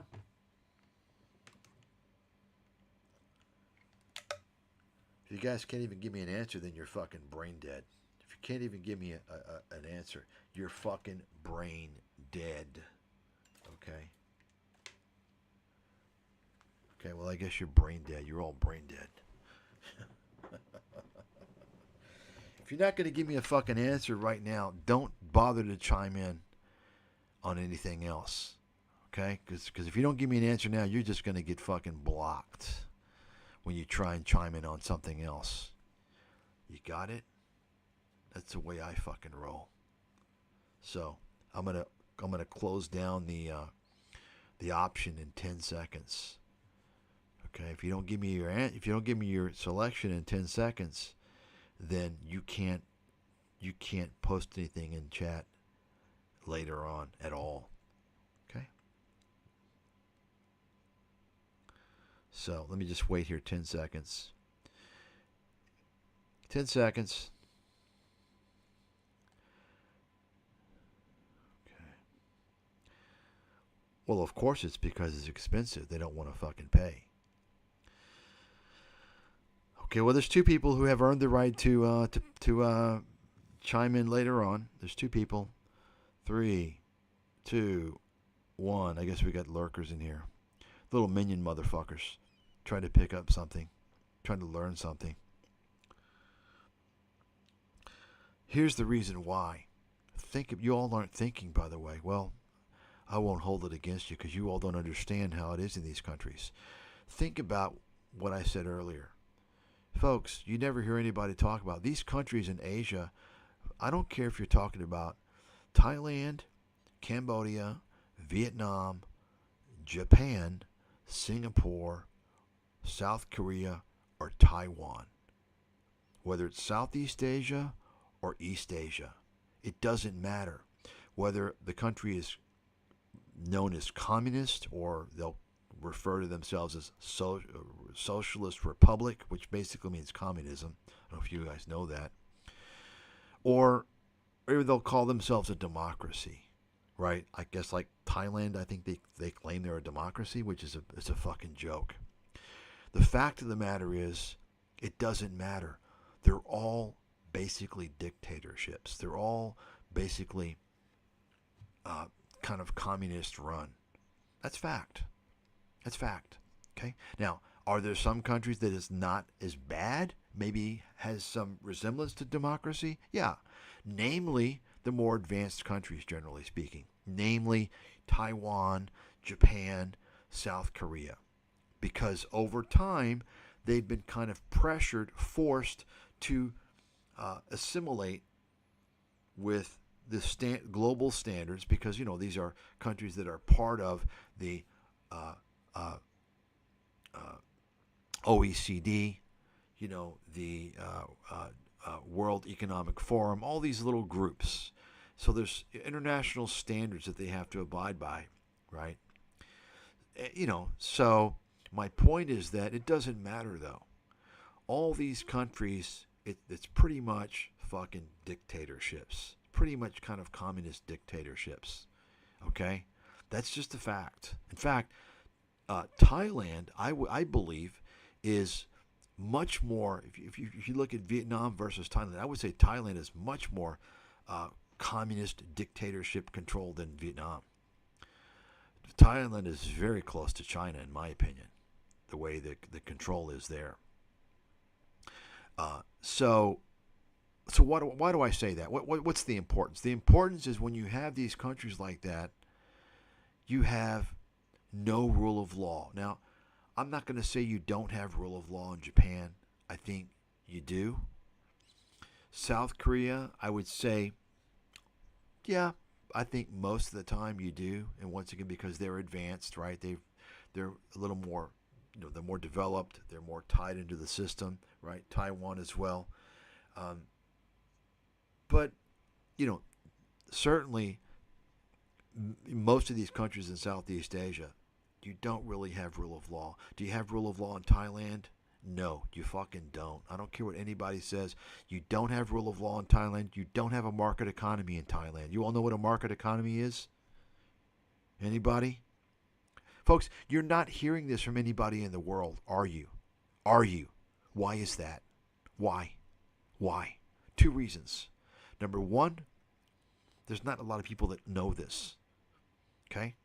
You have to have a... For me to come out and just talk casually about this without even thinking about it, I wasn't planning to talk about this, right? You have to have pretty good understanding of things. So, YouTube, you're not going to have anybody. Number two, anybody that's going to know this stuff is going to be a bureaucrat, right? They're bureaucrats. They're establishment people. They're not going to fucking say this stuff. Okay? You see? So, but this is the reality. The reality is these countries don't have rule of law, mainly Southeast Asia. Japan, I would say they have rule of law. Okay? South Korea, to a lesser extent, but yes, they do. Taiwan, I can't speak for, but I would say to a large degree they do. Thailand, no. No, no, no, no, no. So if Thailand doesn't have rule of law, ask yourself, if you're an insurance company and you're a greedy, parasitic scumbag machine like these insurance companies are, and there's no rule of law in Thailand, well, you can just tell the claimant to fuck off. Because guess what? He can't sue you. It's not going to go anywhere in court. You understand? You see what I'm saying? That's the deal. The bottom line is that these companies can get away with stiffing your ass when it comes time. If you think it's bad in America when the insurance company's not paying out, think about if the insurance companies are covering you in Thailand. Okay? It depends upon where, you could get your insurance in America and they would be subject to, the laws in America, right? But, if they could be a subsidiary of an American company based in Thailand, you see, and the business can be registered in Thailand, and so you're subject to their jurisdiction. You all understand that you probably don't know the court systems in these countries go nowhere, right? Do you all understand that? They go nowhere, and you have no fucking legal recourse if you're not a corporation. It's just a shit show. Okay, so anyway, I wasn't even going to talk about that, but this is just some added understanding that no one's going to talk about. This is critical shit to understand. You're going to make a life decision, a life choice to move to retire in one of these countries from an advanced, civilized country that has rule of law. And I just gave you an example whereby insurance company reneged on this guy because it was going to be too expensive, and so they said, "Well, we're not going to pay it." What are they going to do? So what happened to the guy? What did they do? Because they realized, look, it wasn't like the guy was going to die. Okay, he was from England, and so they said, "Look, oh no, we're going to refuse it." They gave some excuse, knowing that okay, they'll ship him to England, and where he'll get free medical because he's a British citizen, right? So the NHS, they ship him to England to get the free medical NHS. They thought, they're not going to, the insurance company is not going to face any issue, right? Because it's, they don't want to pay the money. Let's let England handle it. The government of England. So what happened to the guy? The delay that caused, he had to do, the delay involved in sending him to England from Thailand hospital caused him to be paralyzed. He's paralyzed now. Matter of fact, he was a YouTuber. Okay? These are things you don't hear about, folks. You don't hear about this shit. There's a lot of shit you're not hearing about in these countries. A lot of scary shit. Okay? Let me tell you. So, those are just a couple examples right there. But once again, this guy's telling you, Evan he doesn't want to tell you his last name because he's probably got a criminal fucking record. He wants to tell you that he's not paying a car payment in Canada now, and he's not spending $60 on dinner in Toronto anymore. He's spending $3 or $4. He's not telling you about the chemicals in the fucking food in Vietnam. He's not telling you that, oh, yeah, he dished a car in Toronto. He doesn't have one in Vietnam because car prices are 2 or 3 times the price in Canada due to tariffs. So he's riding a motorbike, which he might lose his life doing. Very dangerous. I have never ridden a motorbike in Asia. I'm not stupid. I'm not a dumbass. You see?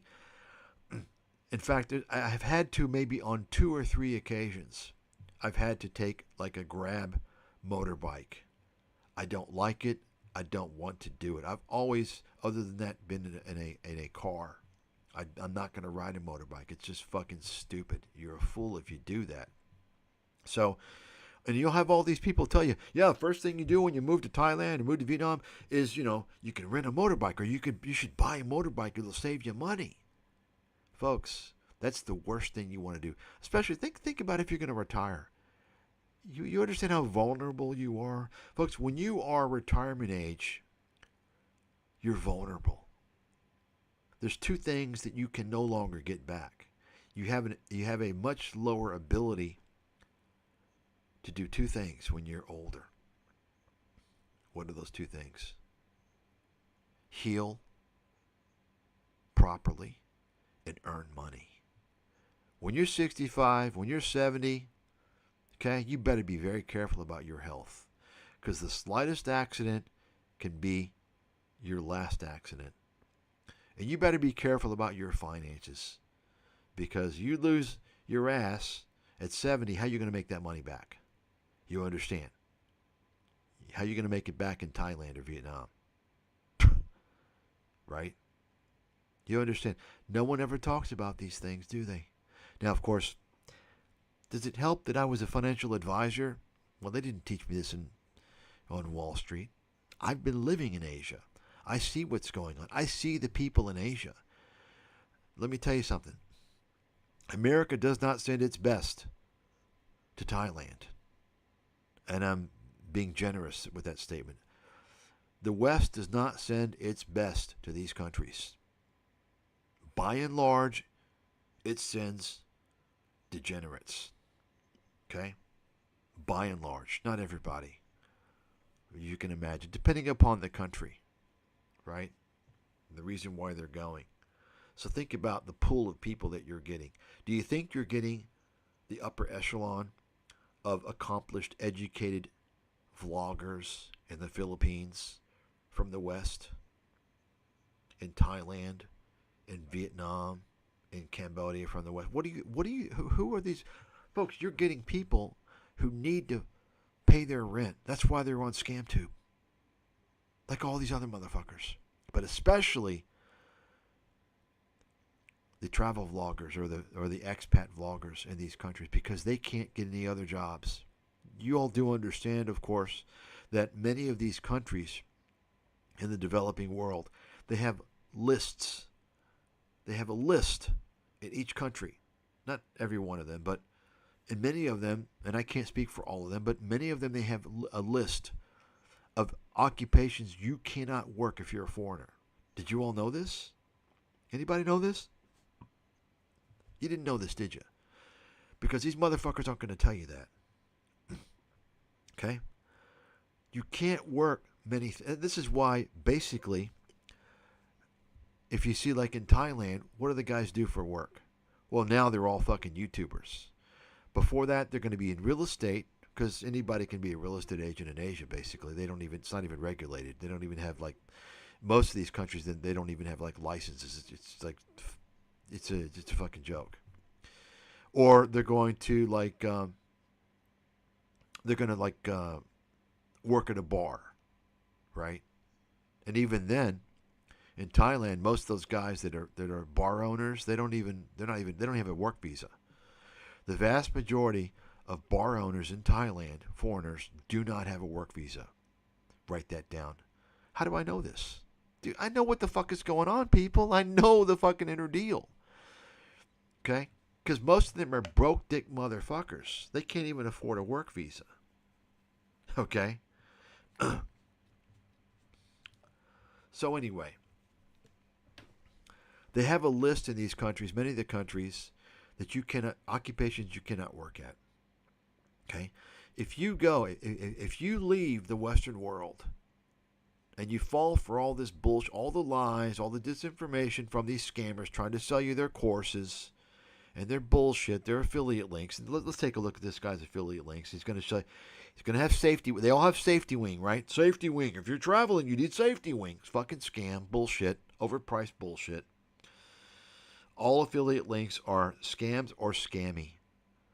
That's fact. Write it down. So here you go.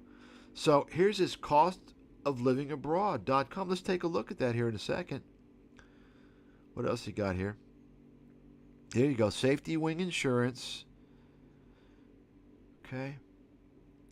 And they all pushing Wise, transfer Wise, right? Which is bullshit. Transfer, folks, Wise is not good at all. Once again, just think about Sam Bankman-Fried FTX, right? Paying all these affiliates money. Where's that money coming from? How are you making that money? You're paying higher fees to these. You're paying these affiliate motherfuckers. TransferWise is generally only okay if you're transferring small amounts of money. Okay? Under $1,000. Okay?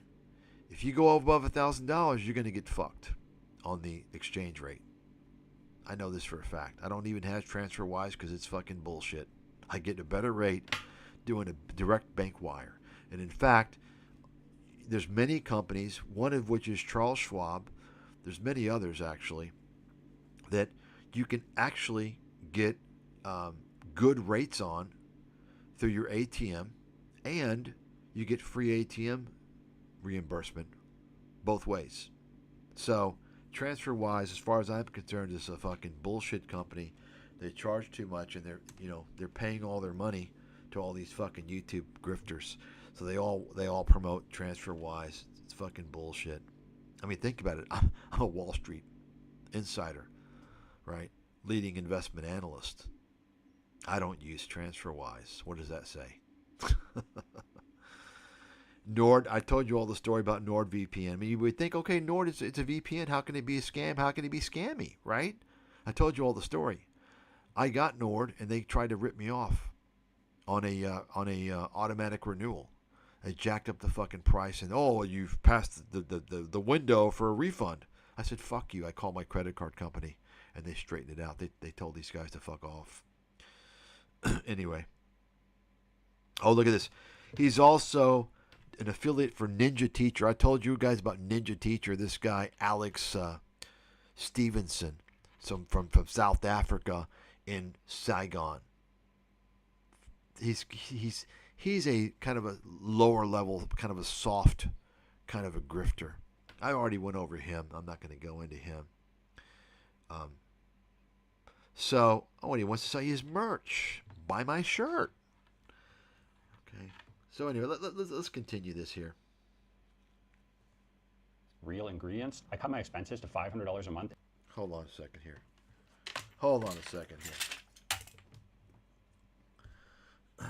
In cash spending and another $400 for my rent. The entire burn rate was under $1,000, and suddenly I was saving 80% of my income on a teacher's salary with a monthly burn rate of about $980 US. Unimaginable.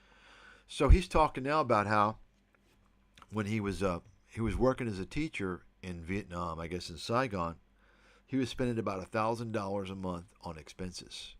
So, okay, you look, folks. Believe it or not, I can spend $1,000. I can survive on $1,000 a month in America. Okay, you understand? You can survive on any amount of money that you need to, right? Got it?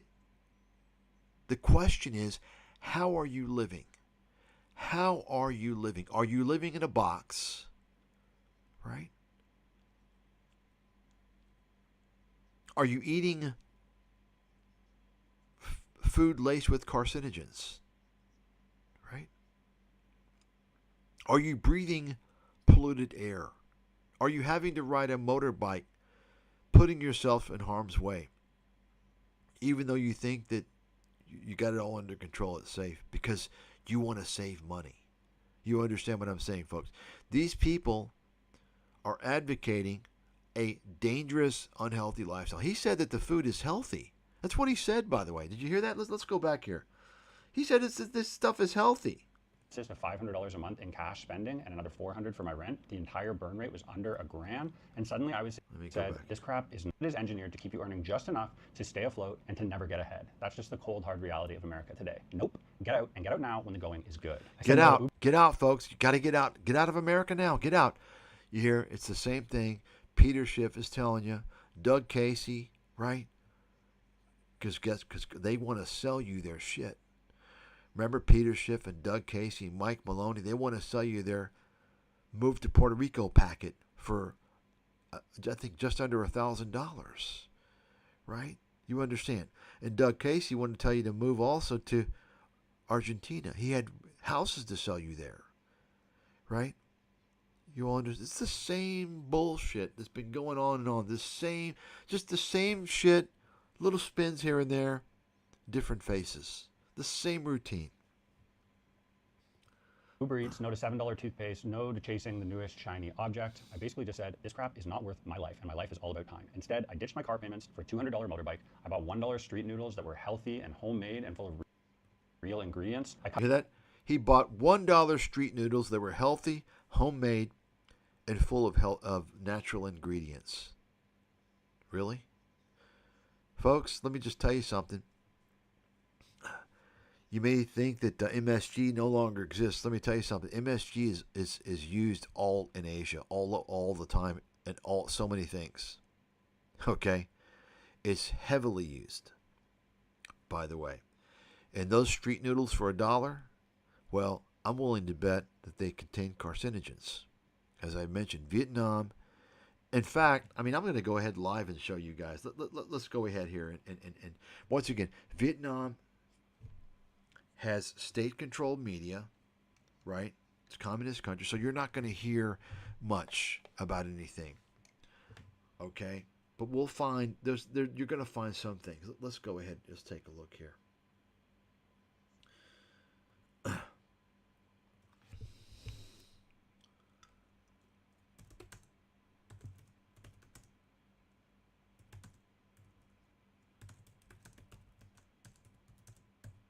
I haven't done this before. I'm just checking right now. So I don't know what I'm going to come up with, okay? How safe is the food?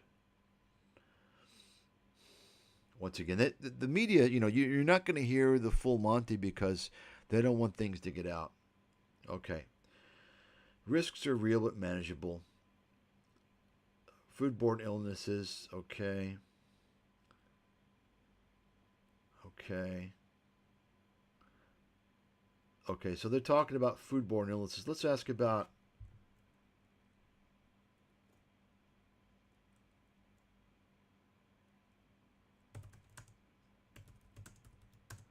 and you have to also understand, folks, that these countries that don't have many regulations, they're using ingredients that are banned in the West. You understand that, right?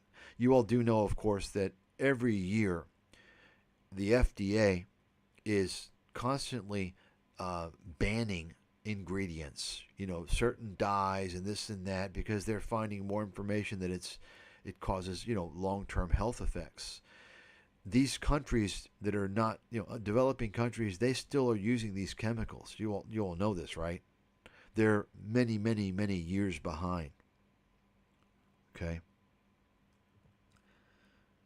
So let's see. Does the food in Vietnam contain carcinogens?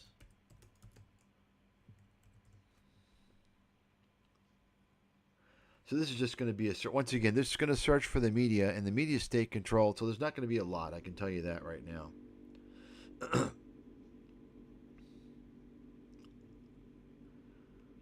Oh yeah, and by the way, every once in a while you'll see a news story. I've seen formaldehyde is one that I've seen over the past couple of years that they have reported use of formaldehyde for, I think, to preserve snails. I mean, you all know formaldehyde, right? That's used for uh, uh, in the morgue to preserve body parts. I mean, it's highly uh, carcinogenic, right?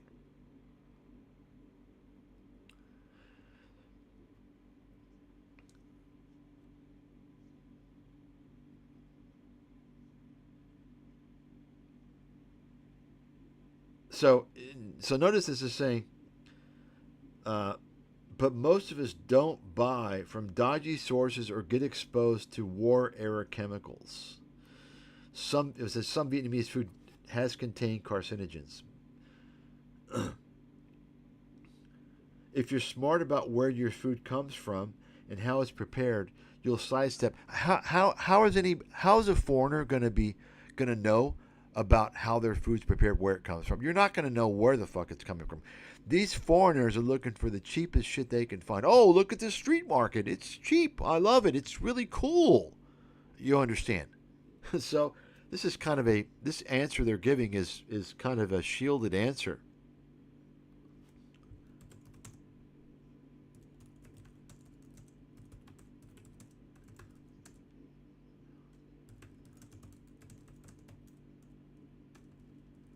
Going to ask it for noodles.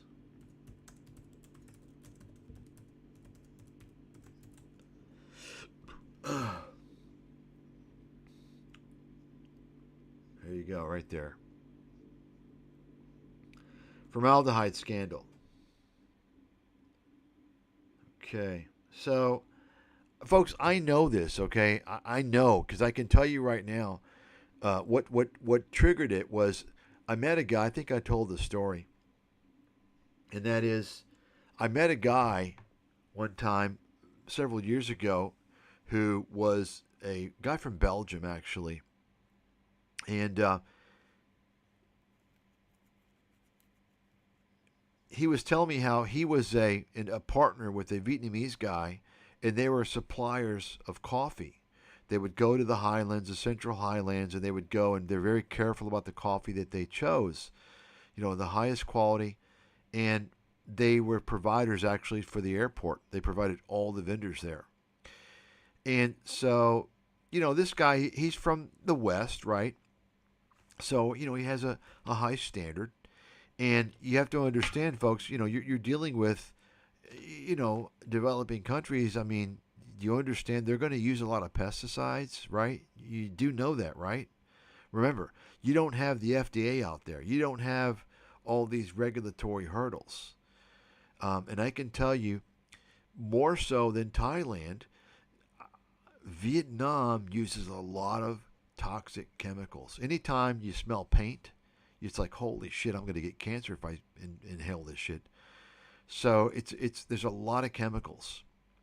Okay, but the point is that I went with this guy to a coffee place. Okay, and we had this, what is it, cold drip coffee or whatever it is, and I tasted it. And I was like, this kind of tastes a little weird. I'm thinking to myself, this tastes a little strange. I'm thinking, I guess because it's this cold drip, I don't know. And so I tasted this weird thing, but I didn't think anything of it. I just thought, okay. And he says, "Oh, this has got,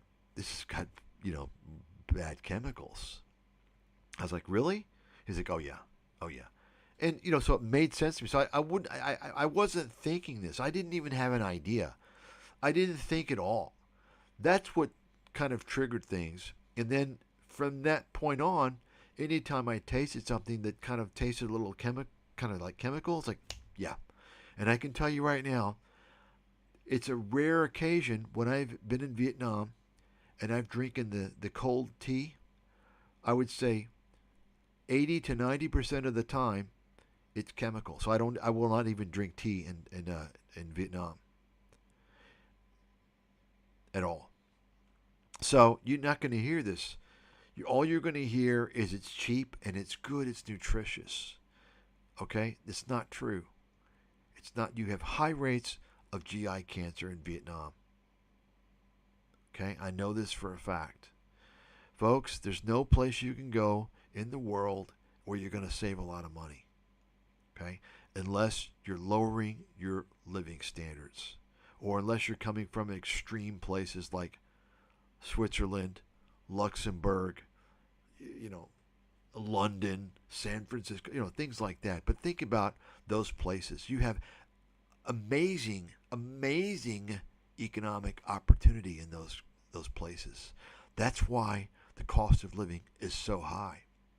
So the bottom line is, look, if you're a loser or you're a lazy, underachieving dimwit, don't live in Switzerland. Don't live in San Francisco. Don't live in New York City. Right? Because why are you living there? You're not taking advantage of the opportunity. So you're the fucking slave. Right? You're at the bottom of the food chain. If you're going to be an underachiever, move to Alabama. Move to somewhere lower cost of living. They have higher achievement level in the South. Right? Generally speaking. Makes sense, right? But to move to a foreign country halfway around the world, you don't know the language, you don't know the culture, you have no friends or family, and you have no opportunity to earn an income other than to be a scammer on YouTube selling empty dreams, right? That's just ridiculous. It's stupid. In fact, I said this before, the last thing you want to do if you don't have a lot of money is to move to a developing country. First of all, you don't want to move out of your country unless your country's really fucked up. If you're in South Africa, okay. If you're in many countries in Africa, okay. If you're in other countries, okay. Some other generally speaking, you want to stay in your own country because you have this support group there, your family. Even in countries that are developing countries, you've got that network. Okay? There's some countries that are undergoing a lot of problems. That's different, right? But certainly, if you're from an advanced country and you don't have a lot of money, well, guess what? Why would you move to a country that's developing if you don't have a lot of money? If you run out of money there, you're fucked. No one's going to help you. Okay, it's not like America. It's not like Europe. Okay? You're fucked. You are fucked. In America, in Europe, if you don't have money, you don't starve. They don't refuse emergency or life-threatening medical treatment by law. Right? You get welfare. They don't have no welfare for foreigners in developing countries. What are you talking, right? But you see, so it's so ridiculous. These scammers on YouTube putting out all this fictional information on all these countries to try and make you think I can turn your depressing low-income life in America into a fantasy. In Vietnam, cheap living. Yeah. And I can show you how to make money. Buy my course, bro. Right? The last thing you want to do is move to a developing country if you don't have a good amount of money. Believe me, you don't want to do that. What you want to do, if you're in a situation in a developing country where you're not making as much money as you want, is tighten up the fucking jockstrap. Okay? Get up off your fucking ass and improve your situation. Take advantage of the amazing opportunities that you have in America, in Europe, in Canada. That's what you do. You don't listen to these fucking scammers that are... And it's amazing. I don't understand what's happened to the human population. You have people that buy into all these bullshit videos that are fiction. And they see these 30-second clips of the beach and this and that, and they're told all these things, and they actually move to these countries. I've decided I'm going to move. I've decided. Stupid fucking idiots.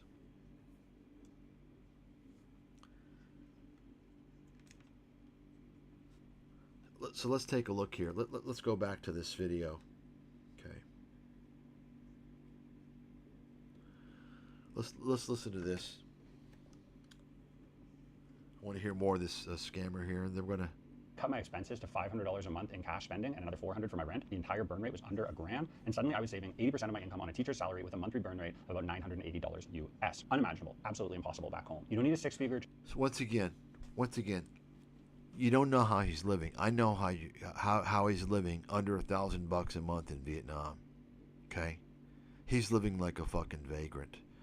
Locals can do that. They're used to that. They know the language. They know the system. And they're also used to things that we're not used to, right? But he doesn't want to tell you that. He wants to make you think that, oh, you're spending $2,000 rent on your apartment when you can get the same and spend $400 in Vietnam. No. It doesn't work that way. That's a scam. It's a lie. It's a fraud. This guy is a scammer, a liar, and a fraudster. Oh, take a look at the next video here. Ninja teacher, this Alex Stevenson. Look at this fucking scammer. Job, you need a four-figure lifestyle. And that's still possible for a lot of us if we choose to live abroad. You have to be proactive about it. This decision isn't going to happen for you. 6, find work. You hear that? So he's pushing the whole abroad thing. Now you know what I'm talking about, where how this all fits into the nomad capitalist. You understand, folks, the whole ecosystem. You understand. In fact, he'll probably, nomad capitalist, and this guy will probably hook up at some point. I'm willing to bet. I'm willing to fucking bet. Right? This whole overseas shit. See, that's the problem, is that, you know, people don't have a perspective. They look at their situation in their own country, and they don't have a perspective to realize that it's much worse in these other countries. They don't realize that, because they fall for all the bullshit on ScamTube. Doesn't feel like your soul is dying inside of you every Monday morning. Retirement doesn't necessarily mean doing nothing. It means doing anything else but working to earn other people money. No contracts, no job. You hear that? You hear the little one-liners here? The one-liners. working to earn other people money. These are like Robert Kiyosaki lines, right? You hear that? Just go through, and I don't need to do it. You guys go through and dissect this whole script that he's reading, that he's written, right? This guy is a absolute fucking con artist, disinfo agent, scammer. Oh, we didn't take a look at his cost of living. Let's take a look. Here you go. So, if you want to get an idea of the kind of bullshit, sign up. I think actually I got one of my fake email accounts. I've got it somewhere. I don't remember which one. But go ahead, folks. Go to this video, sign up, and you'll get the email bullshit, that's designed to get you to buy into his shit. See that? He's going to advertise his course, his master class, all this bullshit. You're going to see how bad these people are. Fucking scum. Jobs, no obligations to people outside of you. I didn't hate working. In fact, I loved being a school teacher, so I did it for 17 years, but I did become the kind of person who hated what and who I was working for. Commutes, deadlines, HR meetings about alignment, corporate schmucks in blue suits walking around in the hallways. And because of that, I decided to build self-reliance. I freelanced. There's corporate schmucks in schools walking around in blue suits. I mean, you hear all this just fucking everything this guy is saying is a goddamn lie. It's just complete fiction. He's basically throwing stuff out there to lure the people. Yeah, the corporate guys. Yeah. And of course, he's got the stock video footage, which is, it's telling you right there, just complete infomercial bullshit. Videos, and I sold my time. Oh, you hear that? He traded. He was trading. You see, he did everything. Let's hear that again. Notice he's saying all these things. It's another way to anchor people, to tie in people that can relate. See that? Build self-reliance. I freelanced, I invested and traded, I made videos, and I sold. He invested and traded. Think about it. Oh, he's a trader. He knows he was a successful trader. He knows how to trade, right? Fucking bullshit.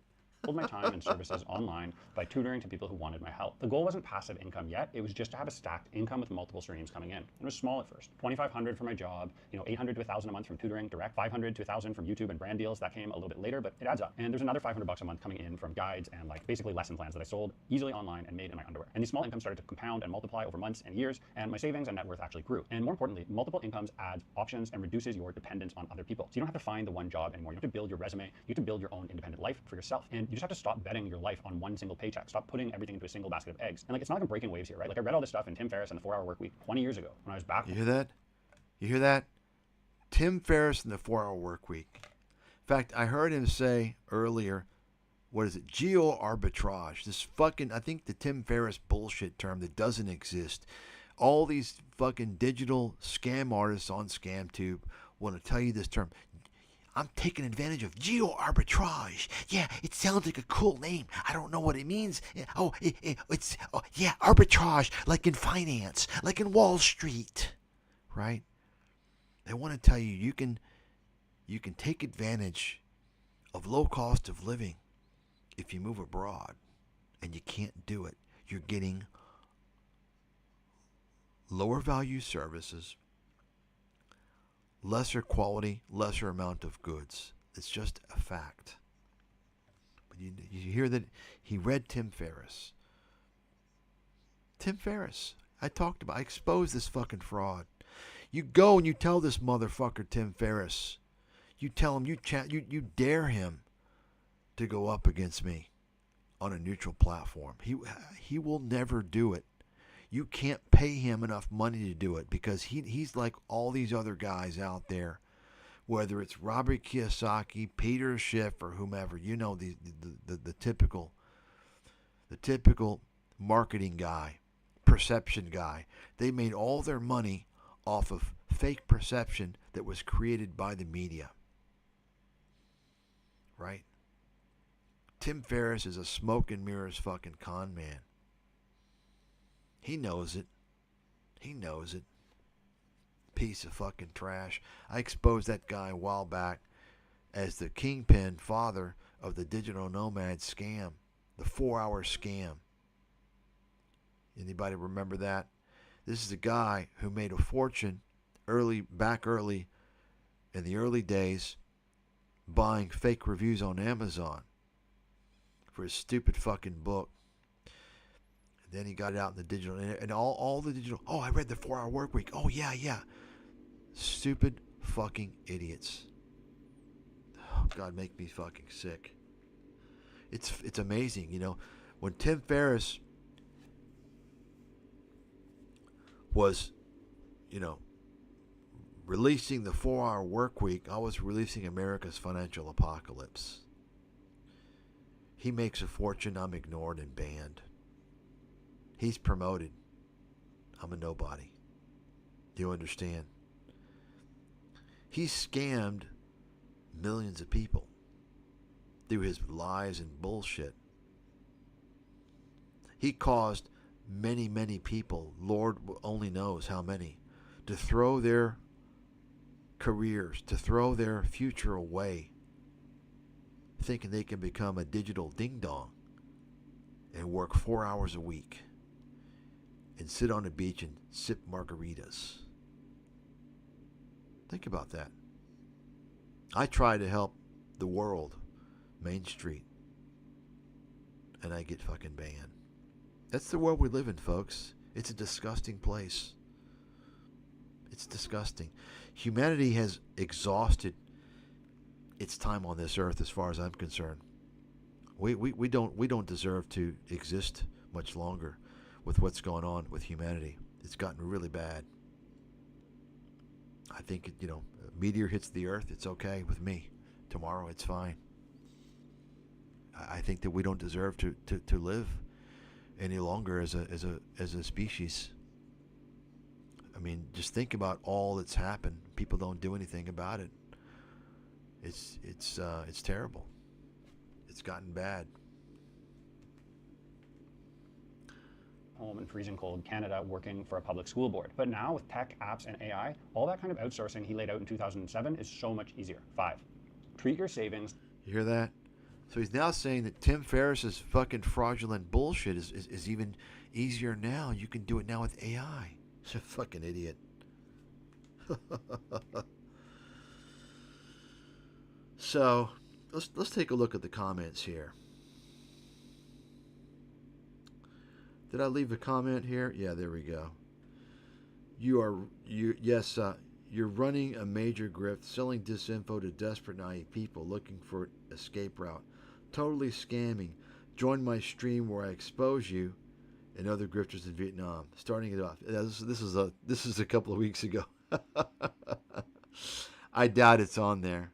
It might be, but I doubt it. He probably erased it. So you have people there, they're going to agree. Yeah, you're on point, I agree. So these are the people, these are the victims here. These are the victims who is able to get into their mind with all his little tricks, you see. And you see, this is an amazing video, he says, you see. You understand? These are the people that are looking for an escape, right? So now I want to show you this video that I came across just today. I think it was, so this was August 12th, 2025. This is 2 weeks later, less than 2 weeks later. Look.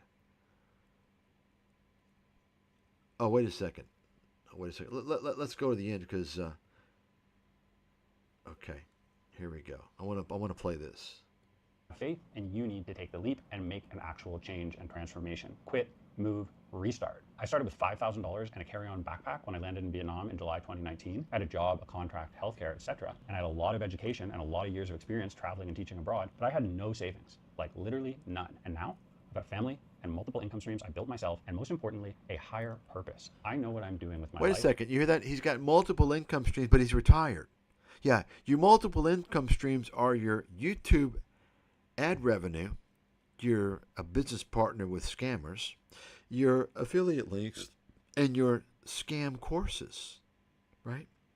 But you're retired. No, you're not retired. Think about that. He's telling you he's retired. He's not. He's working full fucking time. You understand? I mean, you have to be mentally retarded to not fucking see this. Yet, The people in they're mentally retarded. YouTube people, audience, they're fucking mentally retarded. Mentally retarded. Folks, this is why the scammers are all over YouTube. The dumb people. The fucking stupid people. They're that stupid. and it's not about working for someone else. And it's all because I didn't wait for someone to hand me the rule book or to give me the green light to do what I please with my life. This isn't a dream scenario. It's really just a decision that you're going to have to make. The system's not going to save you. There's no one coming to help. There's no clock that's going to run out. But you can literally just save yourself. And if you're serious about rewriting your future, I've got a very simple Move to Vietnam masterclass that'll walk you through every step of your first 180. You see all that, and it's all about his masterclass. You got it? Days on the ground in Vietnam. Or you could also, by the way, look at his masterclass, by the way. Take a look at his masterclass. I mean, are you fucking look at that? Look at so. What the fuck? I mean, he's talking about all these things he did and how this and that, and he's making this money and he's all these. And here's his masterclass: when to visit. I mean, think about it. I mean, this is how. What? Like, when to think about it. All the things he talked about, right? When to visit. What visas work, where to live, how to rent, how to pay, how to bank, how to date. I mean, what the I mean,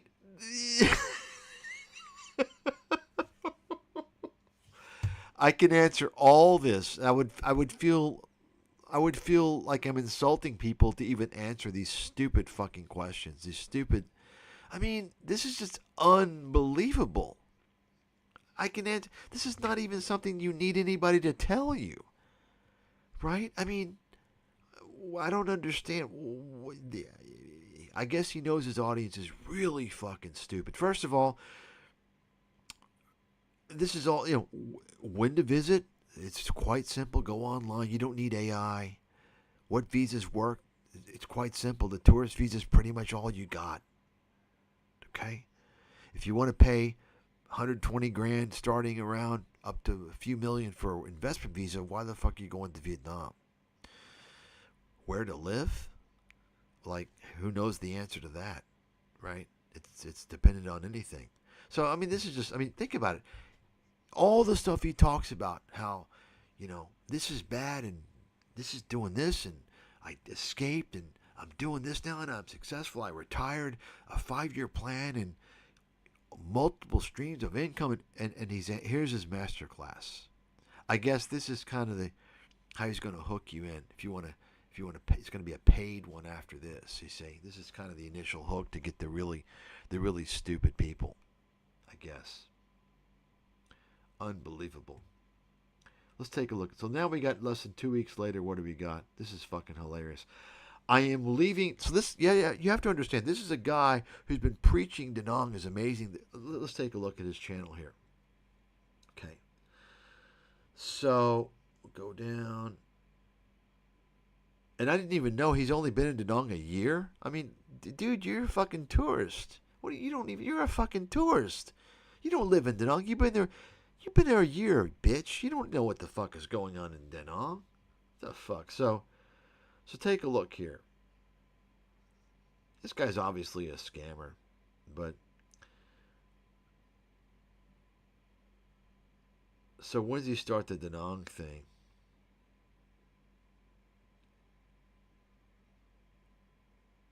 Yeah. So here it is.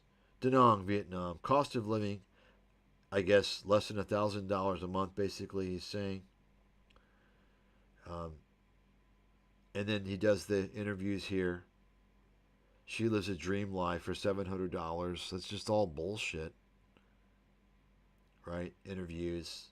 I already went over this girl last time, right? This girl, he interviewed her, and she's pulling the same stunt, buy my shit, move to Da Nang. It's all a big fucking pyramid scheme of MLM racket bullshit. They're all just selling the fucking bullshit.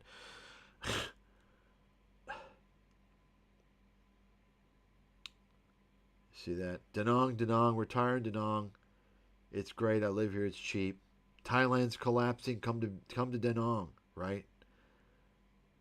And I talked about this guy, this fucking clown in Chiang Mai who opened a bar. and he failed. This guy in the glasses, the ginger boy with the glasses here. Um, he kind of looks like that fat fake accountant boy. But this is I mean, you can take a look. It's funny if you have time to waste. The guy failed at a bar in Chiang Mai, okay, and he wants to tell you he didn't fail, but he failed and he lost money, and so he's starting another bar. Like 2 years later, he comes back and does another one, but he knows like he doesn't know how to make them. He knows already that he can't run a bar, so he started the YouTube channel just to get people to come to his bar, to market for his bar, and to basically he's offering his services. If you want to learn how to open a bar, you can pay him money. I mean, I'm not joking. I'm not even fucking joking. You can't even make this shit up. Only on fucking YouTube does this level of stupidity and egregious scams exist, because the people are so fucking stupid. That's how bad it is.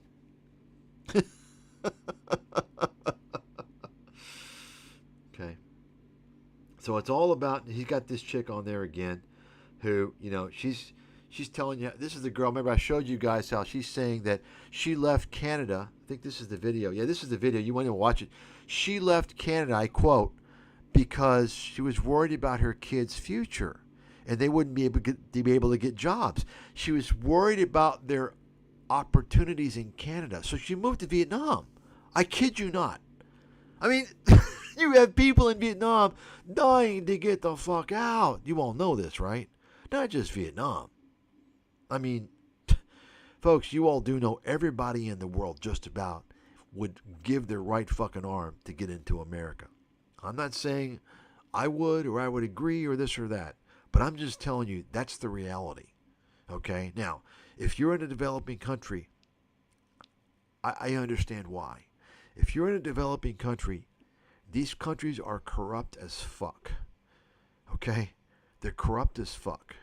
You don't have opportunity. Okay? You have some very, very hard-working people in some of these countries. Vietnam especially. I mean, you're talking about people that are going to school for 9, 10, 12 hours a day. And they work very hard. So you can imagine if they're able to get into America, they're going to achieve. And, by the way, our administration, not just the Trump administration, there's our Congress has made all these laws. They don't typically let Asians in America. You know that, right? America, immigration, they want to have people from Africa and the Middle East and the Caribbean, right? They want those people in America. Okay? And you know why? They don't want people that are high achievers, that are going to work hard. They want people they can exploit.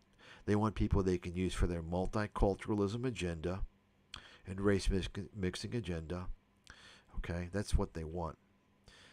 You see?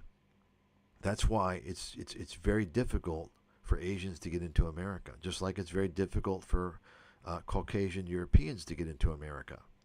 You see?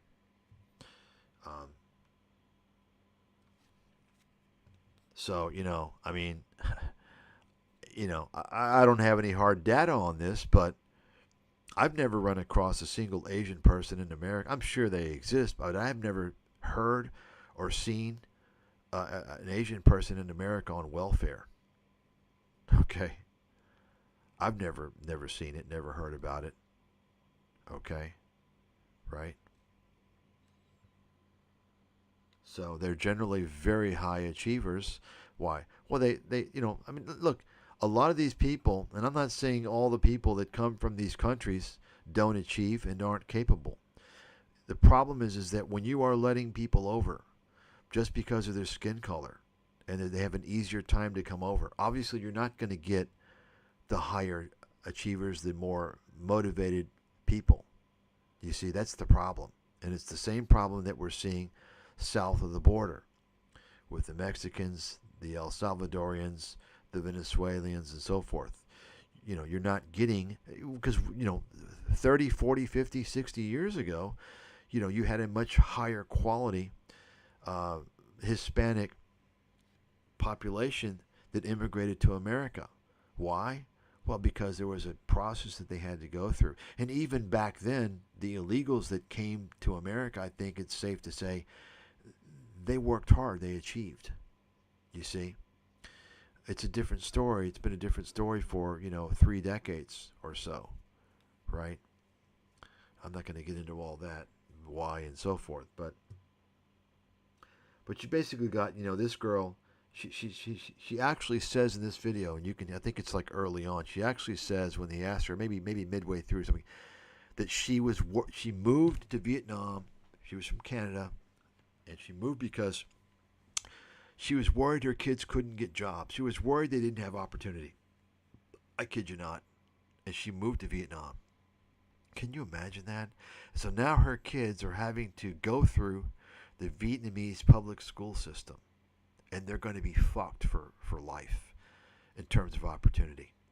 Because I can guarantee you they can't afford to put their kids through international school. What's going to happen, mark my words, these idiots, her and her husband are obviously fucking idiots, are eventually going to realize once her kids get, I think her kids are maybe like 3 or 4 years old.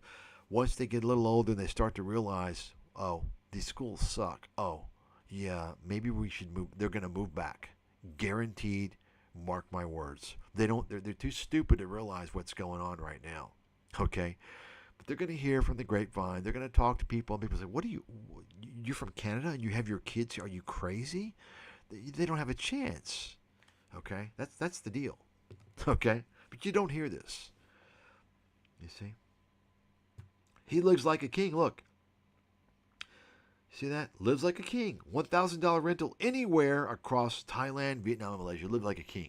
Well, last time I checked, I don't know, my version of living like a king, I mean, think about how a king lives. When these guys, they all talk about living like a king in these countries, yet they're living in one-room studios, right? Riding motorbikes, eating street food. I thought kings maybe have like not just one car, they have many fucking luxury cars and live in huge fucking mansions, right? You understand? These guys are delusional, disinfo grifters. And I can tell you $1,000 right now, $1,000 ain't going to get you shit. Ain't going to get you shit in terms of quality, size, and location. And let's take a look at Thailand, Bangkok, Saigon, Malaysia. Malaysia is actually a good value for real estate rental. It's actually quite good. It's really good, actually. But I mean, Thailand, the prices are going through the fucking roof. They're going through the fucking roof. It's out of control. In Vietnam, the real estate in Vietnam is much more expensive than Thailand. I can tell you that right now. Much more. Even the rentals and the property. I mean, generally speaking, I'd say the condo prices, if you compare apples to apples, size, quality, location, and actually you're not going to get the same quality. Vietnam, the quality is not as good as Thailand because Thailand has a lot of international developers. Vietnam is mostly 90%, if not more, is local. So, has anybody ever seen any Vietnamese projects, by the way? I hate to say it, but they all look like communist war camps because they're all their developments are they look like a fucking war camp because they're like houses or villas or whatever just in a line. They don't have any aesthetic understanding of aesthetics at all. Zero. But condo prices in Bangkok are, I would say, 30% less, if not more, than in Saigon. They're much more expensive in Saigon for many reasons. I'm not going to get into that. But basically, it's supply and demand, and you have the government in control of the land.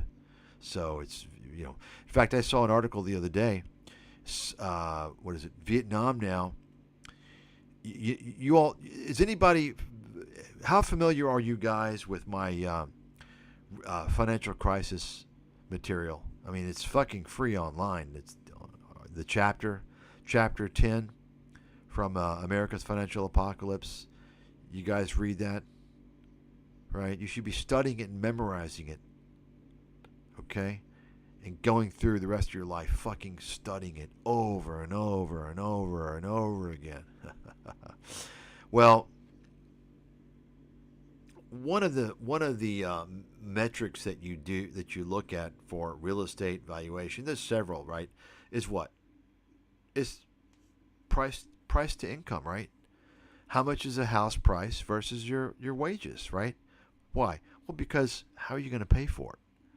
Most people are going to get a mortgage, and the bank is going to say, look, you need to have this much money if you're going to buy this much house, right? They've got a ratio. Typically, it's, less than a third of your income, right, goes to the total mortgage payment, something like that, right? So I can't recall the numbers. You guys can look right now. Somebody would do me the service to look and find it in my chapter. I posted a lot of data. I can't remember. I haven't even looked at it fucking 10, 15 years, maybe longer. But, I posted several cities. I think the highest one I could remember might have been Honolulu, Hawaii. Maybe it was the ratio was like, 10 to 1 or 12 to 1 or something, right? Something like that. It was very, very high, right? And then, of course, like LA, San Francisco, very high in terms of, home price to income, right? So typically, typically it's about, I think it's like 3, something like that, right? Maybe 3.5, right? I think safe, if it's a safe, if a bank is going to say, okay, you need 3 times your, you can buy 3 times house of your income, or 3.5 times what you make per year, maybe 4, I don't know, something like that. Just depends upon a lot of things, right? Depends upon many factors, right? As an individual, if you own other properties, any other mortgages you've had before, how much collateral you have, what's your credit score, da da da da da da. But safely, let's just call it 3 to 4. Okay, I think 4 is a little high. Let's call it 3. Okay, everybody know that, right? Well, you know what the price to income ratio is in Vietnam? Is it 20? 30? It's 176. 176 times the home price. The average home price is 176 times the income, the average income. I'm not fucking kidding. Okay. 176. 400 is probably Saigon. It's probably Saigon. Okay. Vietnam is one of the least affordable real estate markets in the world. And that's because the prices are crazy and the incomes are, low. So it's a combination. Affordability is a combination, right? Prices and income. So I can tell you, in the center of the city in District 1, which is the most expensive, district part of the city of Saigon, in the city center, you're looking at, I know for a fact, $60,000 per square meter for land. Think about that. $60,000 per square meter. In fact, there's a property, I actually talked about it maybe several months ago, a Starbucks that I saw for sale. The property for sale. Starbucks left. In fact, you probably can find it in the news. It was one of these special Starbucks. I forgot what they call them. One of their special. They only have a few of them in the world, and it was by the Notre Dame church, and Starbucks left because they were paying like almost 30 grand per month, and they just weren't cutting the business. And the size of the Starbucks was only I think it was around two levels, 100 square meters. So basically, about 2,200 square feet, and they're paying $30,000 a month. Interestingly, they've moved over by Texaco Tower, and they're paying $50,000 now per month. I kid you not. Not going to make any money. My point is that if you do the math, how much is that? Well, I didn't tell you how much they sold it for, or they were trying to get for it. I think it's about 12 million. So that's 120. Remember, it's 100 square meters. So I think it's about $120,000 per square meter. Okay, think about that for a second. Okay, right? Think about that. So anyway, I'm not going to get into all the dynamics of that. But anyway, let's take a look here. This guy, he retired. Okay, yeah. Yeah, Vietnam is easy. Okay. Uh-huh. All these guys with their stories. Delusional fucking bullshit. Once again, I'm the man. I got nothing to sell. I'm a real analyst. Experienced, educated, track record, proven, solid, no denying, been there many times. Okay, and I'm telling you, this is all bullshit. In fact, let me just add a few things that you won't hear. Da Nang, actually, number one, if you look at the beach, it's nice upon first glance. It's a very nice boardwalk. It's wonderful. And that's one of the things I have to compliment the government on. It's one of the things of the communist government. They take care of the property. Okay? It's very nice. The problem is that, first of all, the beach doesn't have an ocean sunset. The sun rises in the ocean. That sucks. Okay? You compare Thailand's sunset, depending upon where you are. I mean, if you're on the other side, on Hua Hin, I don't think you get it, but the sunsets in Thailand oceans can be fucking just amazing. Super. Okay? But the weather in Da Nang sucks. It totally fucking for a beach city, it's the worst I've ever come across. It sucks. It's first of all, you don't get that nice kind of sun heat by the ocean. There's kind of a certain. Anybody live like in a coastal city, a beach city? Anybody? There's a certain type of heat. I think that when the sun kind of sets in the west, you're on the west. You get this kind of, I don't know what it is, but it's a different type of heat, and it's kind of, it can be kind of soothing. Da Nang, because the sun sets in the city, right, and rises in the ocean, it tends to be kind of chilly. So it can be chilly. So, but at the same time, it can also be very hot there. But you're not getting the heat from the water.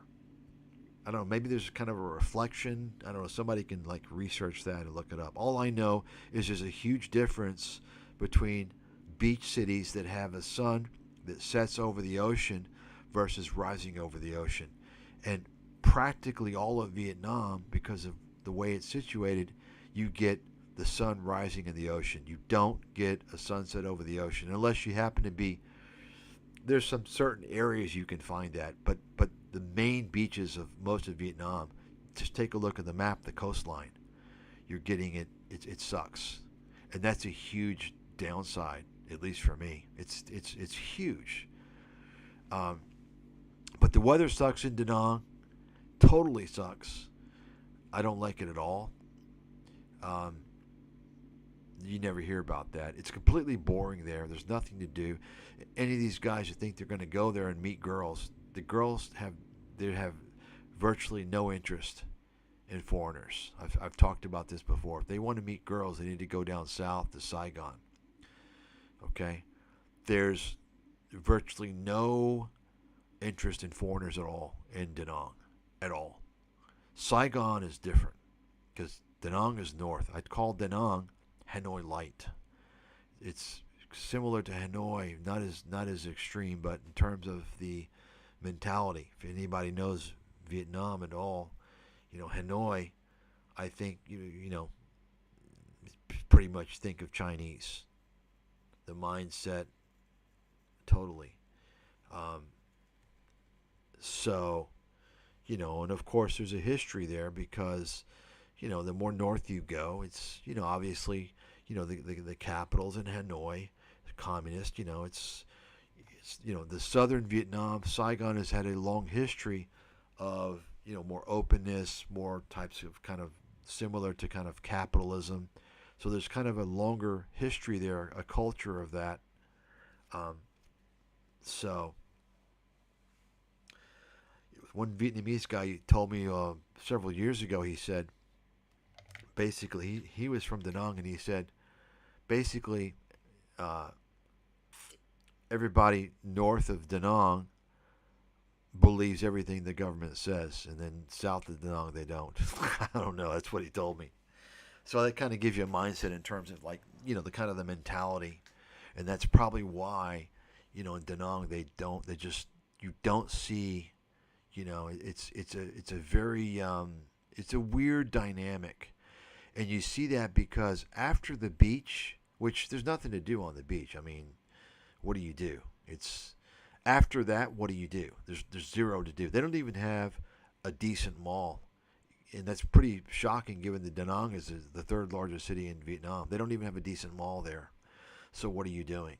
Right? So you're going to stay somewhere long term. What the fuck are you going to do?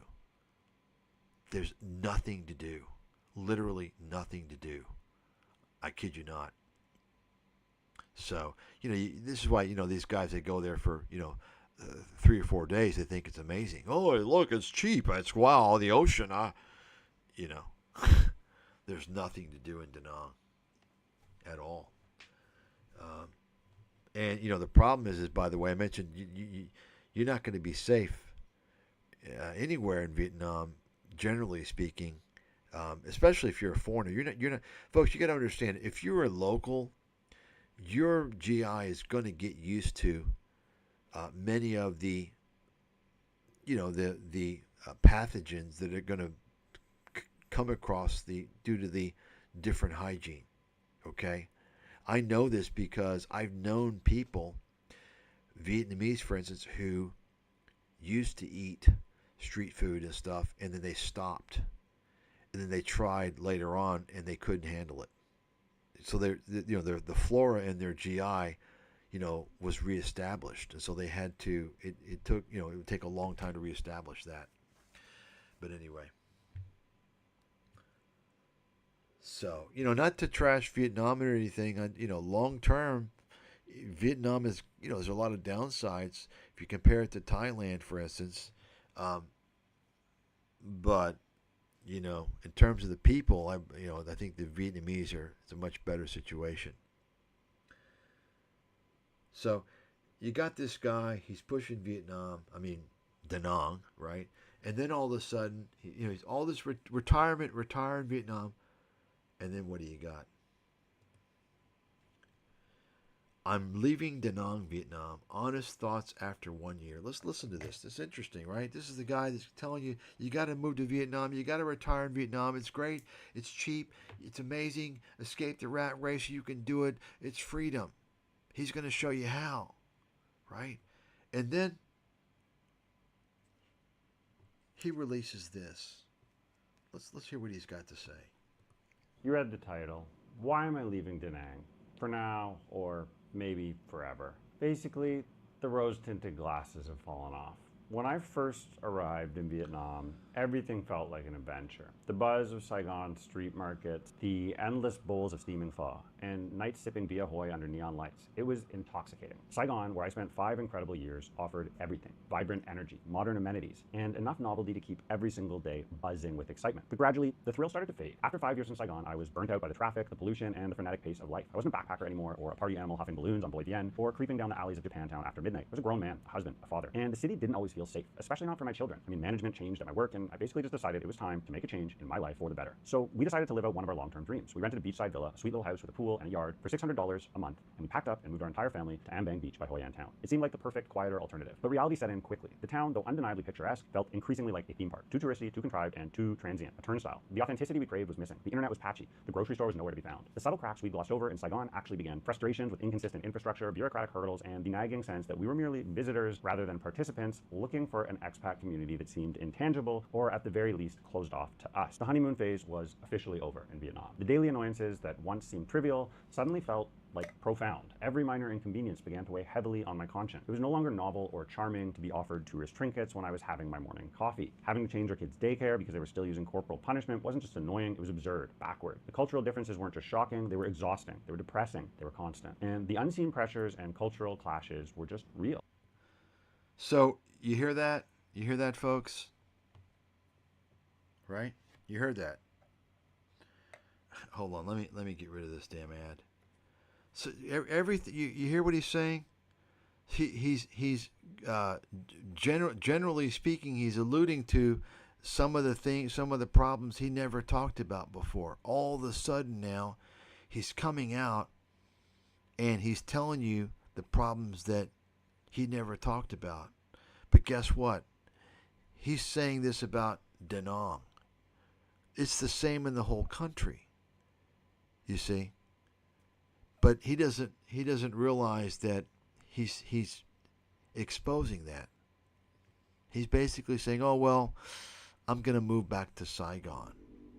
Right? You heard about all the cultural problems, all this and that, right? This is what people don't want you. I think he kind of accidentally came out with this and is going to regret it. I actually saved the video because I think he's going to remove it. Okay, we'll go back to this here a little later. I'm going to show you now.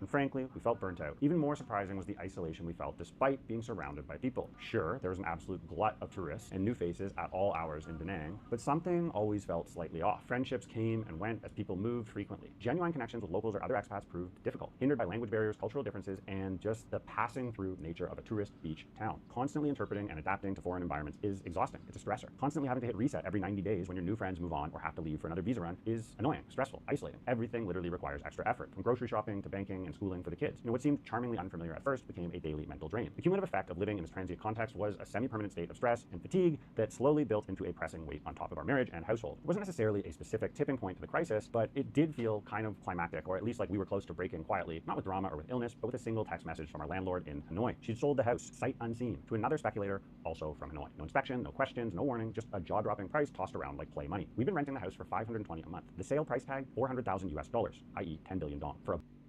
Don't buy another... So anyway, the bottom line is this guy, so apparently he's got kids. So what I think is going to end up happening, probably he's going to end up going back to Canada at some point. Okay? Because now he's starting to realize he's got kids in school. Does he want to put them through the Vietnam public school system? He obviously doesn't have the money to go put them through international school. Now, I've got this video here.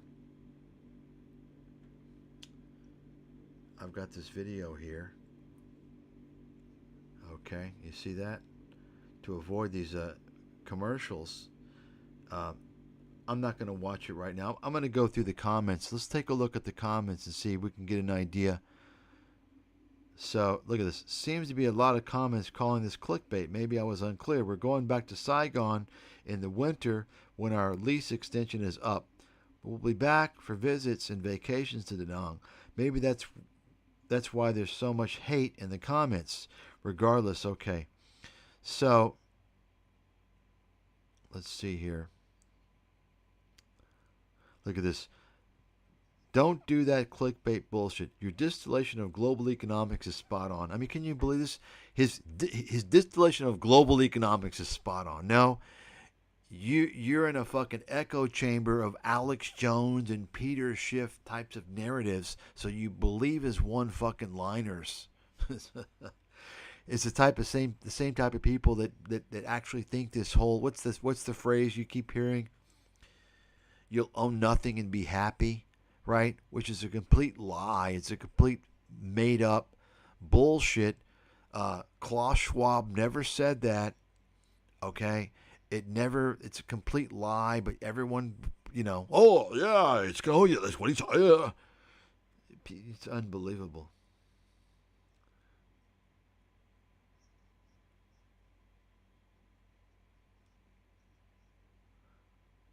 So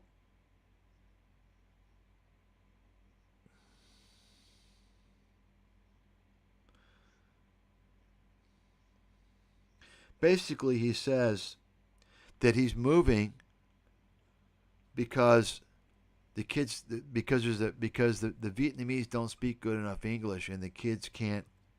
It's a problem with the kids. And then he talks about the education system. Okay, and I want to play this because I remember hearing something. Let's see. He talks about the U.S. and he talks about the U.S. He thought about the U.S. moving there, but he mentioned the cons, the economy, right? The tariffs, education. He actually said that. He actually mentioned that as the bad points of the U.S. How fucking delusional the guy is. Let's see if I can find it. Money. We've been renting the house for $520 a month. The sale price tag, 400,000 US dollars, i.e. 10 billion dong, for a boxy. By the way, that's typical. Okay, it's typical in Asia. It's typical in Vietnam. The rental yields are shit. A complete shit. I'm not going to get into the reasons why. Concrete 3-bedroom with rusting pipes, moldy walls. We didn't know what else to do. We weren't ready to move to Malaysia or to Thailand again, but the moment forced us to face something uncomfortable. We don't want to play this game. We don't want to be transient. And let's stop for a minute and think about what this means for a local Vietnamese family. The average salary in the country is just over $8,000, and in places like Da Nang, family homes in local areas are not, and neither did our gut instinct.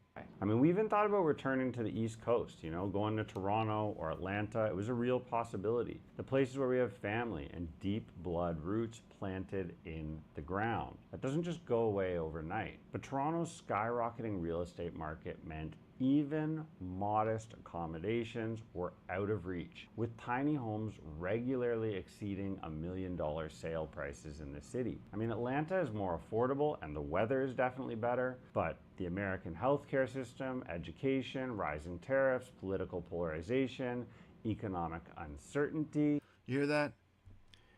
Rising tariffs, economic uncertainty.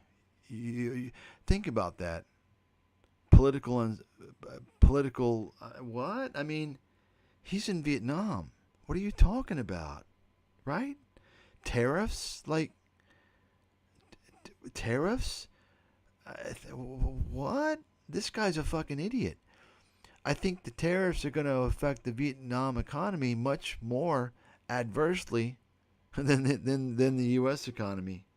Affordable and the weather is definitely better, but the American healthcare system, education, rising tariffs, political polarization, economic uncertainty, it all makes. You hear that? I mean, can you believe this fucking? And this is why this guy earlier, you saw the comment. Oh, your distillation of geopolitics is spot on. What? He's talking about the world's strongest, most powerful economy. This guy's saying is economic uncertainty. I mean, what?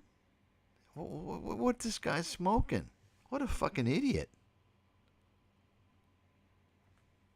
Fuck. Returning stateside much less attractive. Living with family options quickly lost their emotional appeal when we factored in the reality of cost of living and the housing crises back home. The stark economic reality, coupled with the hassle of reestablishing our lives, is getting worse, not better, in the West. We're also acutely aware of the global economic trends. News headlines consistently highlight the rising inflation across Europe and North America, driven by factors like energy shortages, trade wars, real wars, and post-pandemic supply chain disruptions. The cost of basics, whether it's groceries or childcare, is spiraling upwards at alarming rates. Portugal and Spain are appealing, but they're grappling with. So basically, folks, this is a lesson here. He's basically saying, I want to get the fuck out. I want to get the fuck out. And it's not just Da Nang. You heard the reasons. Issues. These are issues that you're going to face in a foreign country, right? All these cultural issues, administrative bullshit, right? This is not just Da Nang. It's you're going to find in the whole country.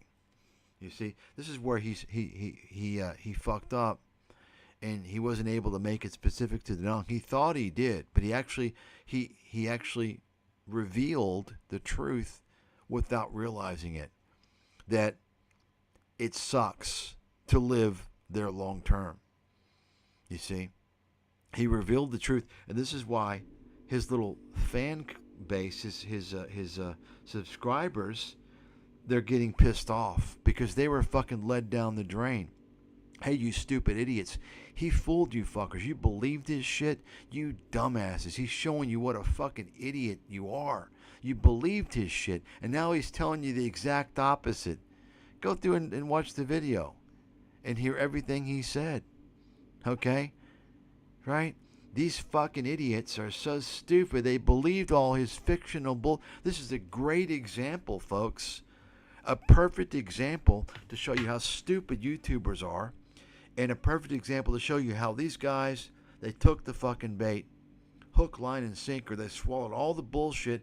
And then this guy comes out and he accidentally reveals that he doesn't like Vietnam because of the many problems, the many difficulties. It sucks. He wants to leave, right? And he kind of says, oh, well, yeah, someone bought the house that we're renting, and he makes up some excuse. So he's basically, it's a reason for him to kind of go to Saigon, I guess, and reevaluate whether he should move out of the country. He talks about going back to Canada, going to the U.S., to Portugal, Argentina, right? Why? Because all these issues that he's talking about in Vietnam, he's not going to face in these countries. These countries he's talking about, these alternatives, are Western countries, you see? So he's actually, by accident, because he's so stupid, he actually revealed the truth, what he thinks. And that's why people got pissed off.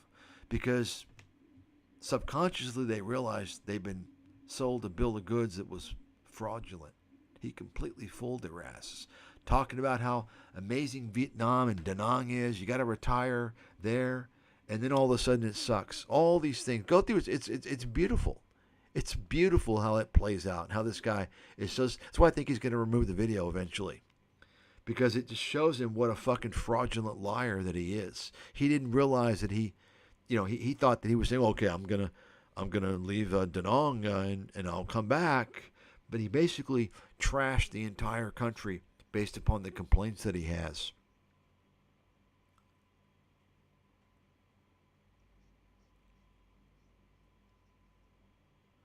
Let me see here what he's got here.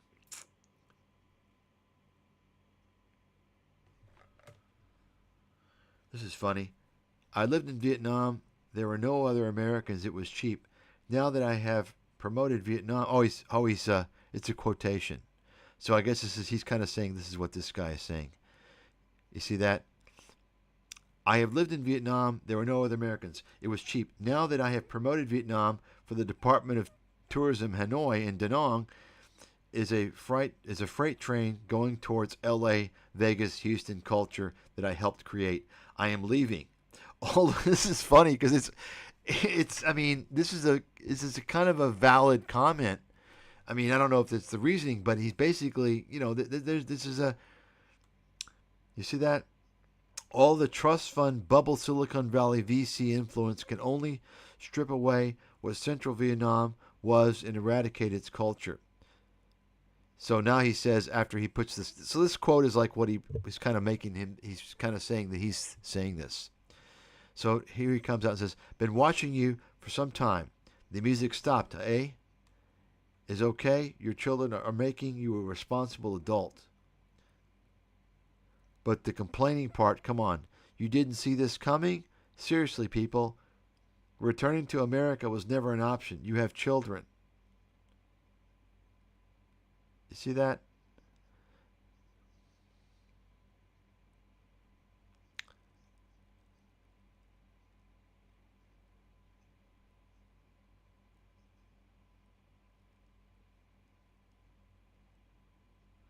So, I mean, go through and read these comments. Uh, I mean, if you read carefully, you're going to find some. Look at this. Every Precious video is, quote, retire in Vietnam, #1 place, and use my guide. And then it's all so transient and prices going up, so we are leaving. But actually, we renegotiated our leash, and I'm staying, and I accept all issues. And the whole reason the prices are going up, yes, you know. You see, and I'm telling you, folks, the prices are going up in Da Nang. Let me explain how Vietnamese are.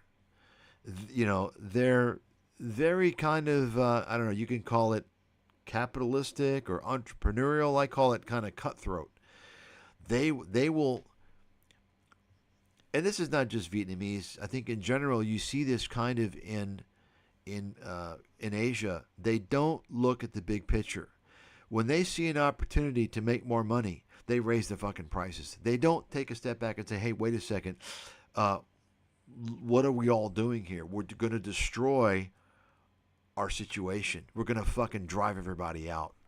That's what they do. They don't do that. They just raise the price and just, that's all they do. And this is what's going on in Da Nang. I can tell you that right now. And in little pockets of things. I've seen it. I've actually seen, there's a bakery in Da Nang. It's a nice bakery, B&B Bakery. I was there a year ago, and they have some different like mousse, chocolate mousse, and all these things. They were selling it for like, it wasn't cheap. I mean, it was a little tiny, a little small portion for, I think, 89 dong, which is like under $4, like $3.80, something like that, right? So, wasn't cheap, wasn't expensive. I would say in America it would go for probably twice that. Okay, I would say that's one thing you can get cheaper. Okay, well, you could get cheaper. Understand, when you get more foreigners there, more tourists there, guess what? Within a matter of, the next time I went there was about 3 or 4 months later, and the price was $159. So almost double. I kid you not. In fact, not only did they almost double the price, but they actually started making smaller portions so they could, get that price point. I kid you not. That's just one example. Okay? I've seen as many things that you're starting to see, and in fact, this is one thing in Thailand.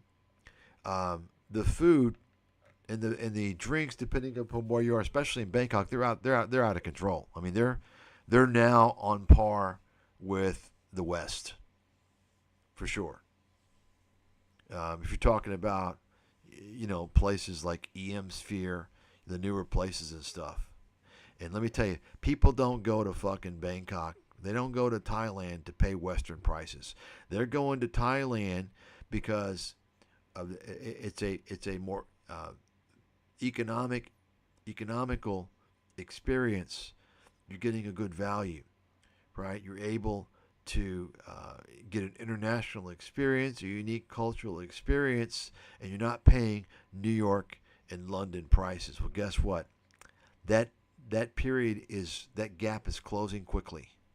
It's not there yet, but I can tell you it's on the run now. It's closing quickly, and you hear about that if you've been looking online. A lot of people already, and not only that, the experience is already gone. They've already, as far as I'm concerned, in terms of for foreigners, for tourists, and even for expats, Thailand is finished. They ruined it. It's over.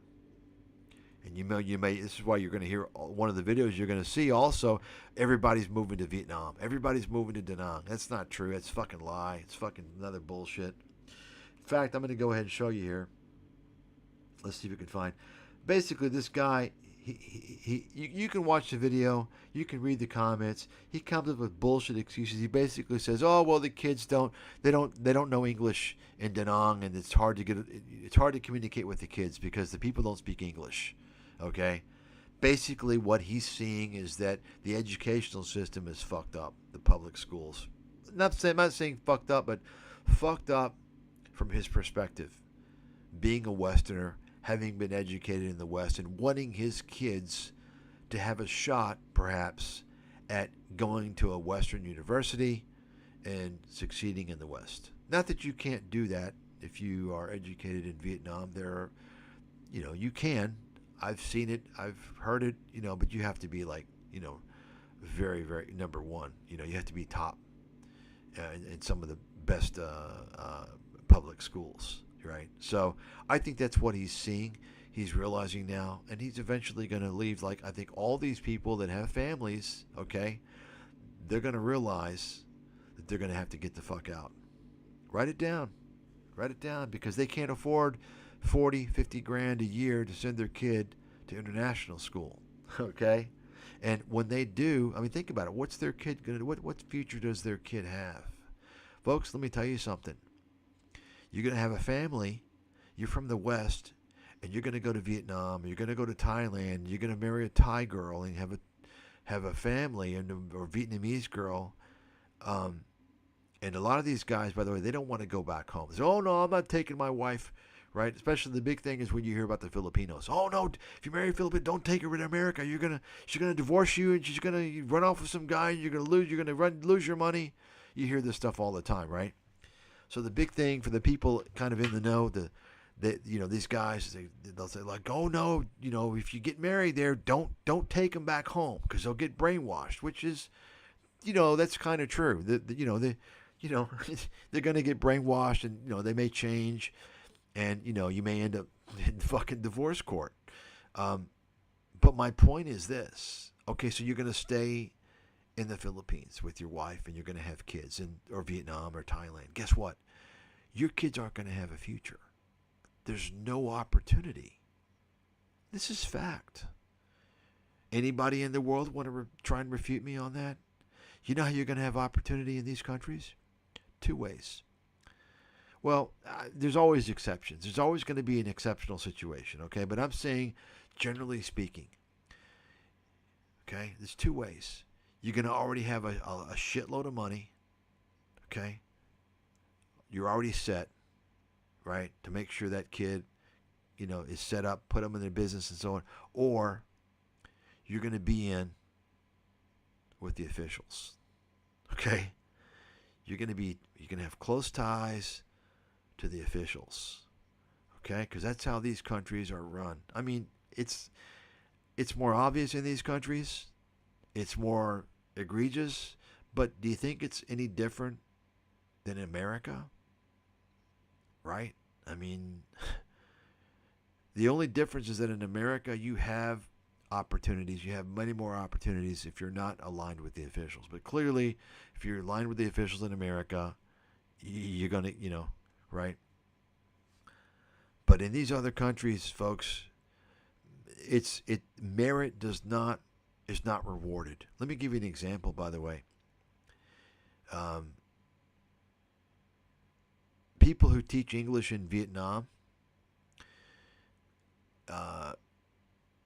Vietnam was known for a while to basically anybody could get a job teaching English in Vietnam as long as they were white. They wanted white people just because it's kind of I don't think it's, I wouldn't say it's racism, but the typical people would call it racism. It's more of they just equate fluent English with white people, just like many Vietnamese think that America's white people. They don't know that there's black people there. I kid you not. Many of them don't know that. So they have these ideas. Generally speaking, though, in Asia, if you want to teach English, they want you to be white. Okay, it's easier to get a job. You're going to get paid more. Okay, in Vietnam, many of the people don't go to Thailand because they don't pay much. They don't pay as much. Vietnam pays more. But basically, let's say, for instance, you could potentially teach English in Vietnam if you didn't have a college degree, although you're not supposed to. But there's avenues. I think now, I'm not sure, but I think like maybe they changed it. You pretty much have to now have a degree. But my point is this. Let's say somebody like myself was going to teach English in Vietnam. Okay, with my experience, obviously I'm a graduate degree, very good school, the achievements I've done, right, my life achievements, my career, the body of knowledge that I have, I think it's very high value, right? But guess what? They're going to pay me the same amount as some guy who's uneducated. And if you're working for 10 years, you get the same as a new guy, pretty much. So they don't really care. They don't give you. There's not like a merit system. They don't look at like your full body of credentials, just like immigration. Okay, they don't consider, oh well, this person's been in this country for 10 years and they've been a good citizen and never had any problems. And if there's one little thing that they see in immigration, they don't consider. This is kind of a mentality, cultural thing in Asia, the thought process, by the way. Okay? It's a problem. I mean, if you're a Westerner, I think it's a problem. You're used to kind of, you think it's kind of a normal situation. It's just one of many cultural issues that you're going to face in Asia and other developing countries as well. You don't hear about any of this stuff. All you hear about is it's paradise and it's cheap. Well, guess what? Now all of a sudden this guy, and this is an example, this guy's been out of the loop. He's been out of Canada now for many years, and he can't go back. Folks, you leave your country in the West for a developing country, you can't go back. You're out of the picture. You're out for more than a year, guess what? You're no longer employable. You can't get back into the labor market. Good luck, okay? Good fucking luck. Not only that, you're in these countries for a few years. Well, you're priced out of everything, especially real estate. Why? Because unless you were making a lot of money in Asia somehow, then you come back to your country in America or Canada after 5-10 years, and you're like, holy shit, the price of houses is doubled now, right? Or maybe in some cases tripled, right? But you haven't been under that. You haven't been getting, American and Canadian wages all those years. You see what I'm saying? You're done. You can't go back, okay? Unless, of course, you already have a good amount of money. You see? So this guy, he's stuck. He can't go. He wants to go back, I think, to Canada, and I don't think he can. He can't afford to live in Canada. He can't do it. Can't do it. So what's he going to do? I guess, I don't know what he's not going away. He's going to continue his grift. Okay? He's going to keep selling the dream, the Vietnam dream, his master class, his retire in Vietnam, get freedom, right? Become free, right? Retire by 40 like him. You see? Let me show you another video here. I don't have this one downloaded, but take a look at this guy. Now, I haven't seen this video. I saw the first 60 seconds of his little intro clips, and I just checked it briefly. Apparently, this guy was in the Philippines. One of these guys living in the Philippines. So now he's living in Da Nang. He thinks it's amazing there. Of course, he goes there. He's a 2-day tourist, right? and he doesn't know anything. But let's listen to what he has to say. Okay.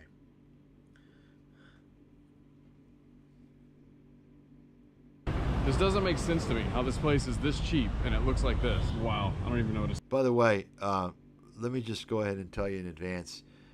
To get an idea about this guy's background, you can take a look at his eyes. He's got, you know, I don't want to say I don't want to give the adjective. I don't want to say it. I don't want to be accused by YouTube of like, you know, disparaging someone's physical appearance. But take a look and you can kind of, if you know what I'm talking about, it's pretty obvious to me. But anyway. This doesn't make sense to me, how this place is this cheap and it looks like this. Wow, I don't even know what to say. I'm literally staying in a hotel here for like $12 a night. Yeah, and that's crazy. And it's a decent hotel. So you can just get Wi-Fi, work on your laptop right here on the beach. You're making me want to move here too. Look at this. So, okay, wow, you can get Wi-Fi on the beach and just work. I mean, is that like, that's, I don't know if you can do that in America, but I know that's just kind of everywhere in Asia you can. I mean, I don't know if that's special. As far as I know, I mean, and some guy tells you, you know, he's staying in a budget hotel for $12 a night. Okay, great. I mean, folks, let me tell you something. I don't care if a hotel is $1 a night. Okay? It doesn't matter. It doesn't matter. You're going to fucking take a vacation halfway around the world to some place because you can get a hotel for $1 a night. You got your priorities fucked up. Okay? The question is, do you want to go to a place? Are you going to like a place? And I can tell you right now, any place that these fucking streamers and influencers, vloggers are promoting is not the place you want to be.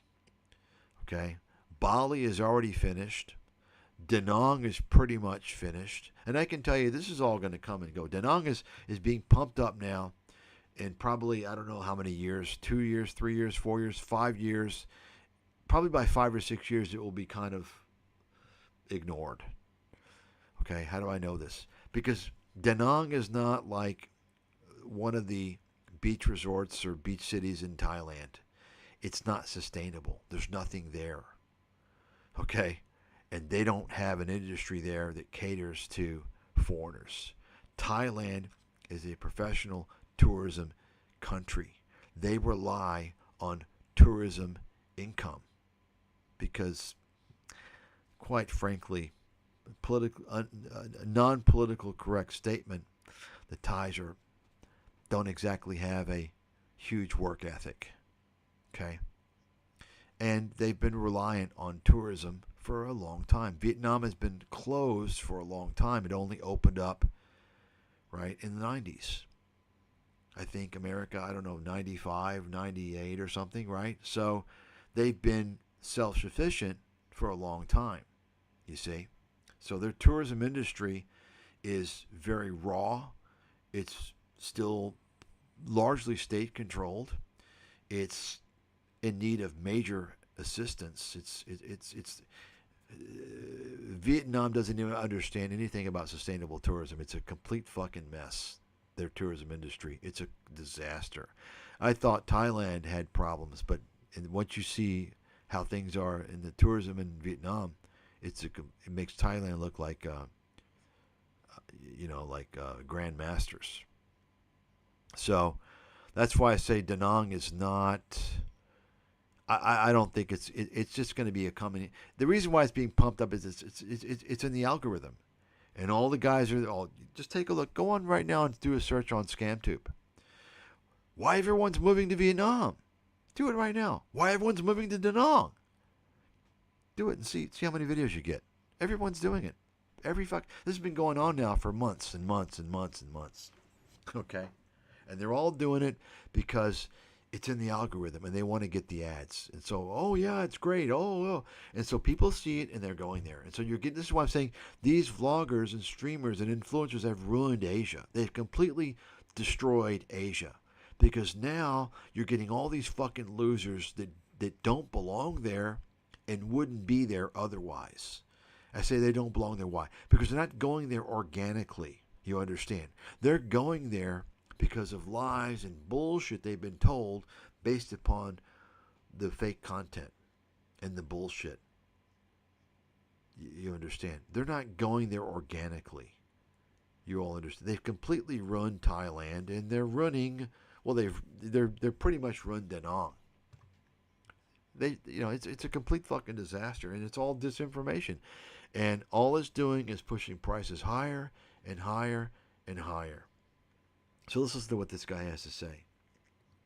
This is 6:15 in the morning, Da Nang, Vietnam. Look how many people are outside exercising. English? Yeah, dumbass, because the Vietnamese, they go to the beach early in the morning because they don't want to go during the day to get the sun. They don't want to get the sun on their skin, you dumbass. You don't know anything about the culture. Why don't you learn something, you stupid idiot? Hey, little, okay, little Vietnamese. That is in fact a giant roly-poly. This is a big bowl of goodness right here. These look like a cartoon, they don't look real. Okay. We have a dragon fruit. I have no idea how much I paid. This is not the way to do this. This is ridiculous. You get this spot for $2. I'm beyond impressed. See, you look at this spot for $2. You hear that? So what is it? Wow, $2. Actually, that spot you can get in America in the beaches for free. You understand the manipulation there. Look at this spot for $2. We have a dragon fruit. I have no idea how much I paid. This is not the way to do this. This is ridiculous. You get this spot for $2. You see that? You get this on the beach. What he's saying is that basically he has to pay $2 to get a beach chair. Okay? Okay? You don't have that shit in America. The beaches are fucking open and free. Thailand is the worst. In Thailand, many places, you got the umbrella mafia controls the whole fucking beach, where you're forced to rent out a fucking beach chair, and you can't even see if you're walking on the sidewalk. This dirty, filthy umbrellas are all cramped together. You can't even see the ocean. It's disgusting. Thailand that's all fucked there. So think about it. That's just one example of how this guy is a disingenuous piece of shit. Oh, it's just $2. Yeah, you have to pay, right? I want a free beach chair. I want to be able to go on the beach without having to pay. You piece of garbage. Beyond impressed, to say the least. I've just arrived in Da Nang, Vietnam, and this is the city that everyone seems to be traveling to right now, or even moving to. You hear that? This is the city that everyone seems to be traveling to right now, or even moving to. Everyone seems to. Really? What? Where do you get your information? Like all these scam tubers, he thinks that YouTube is reliable. He watches other YouTube content to get his information, right? You understand what I'm saying, folks? This is what I'm saying.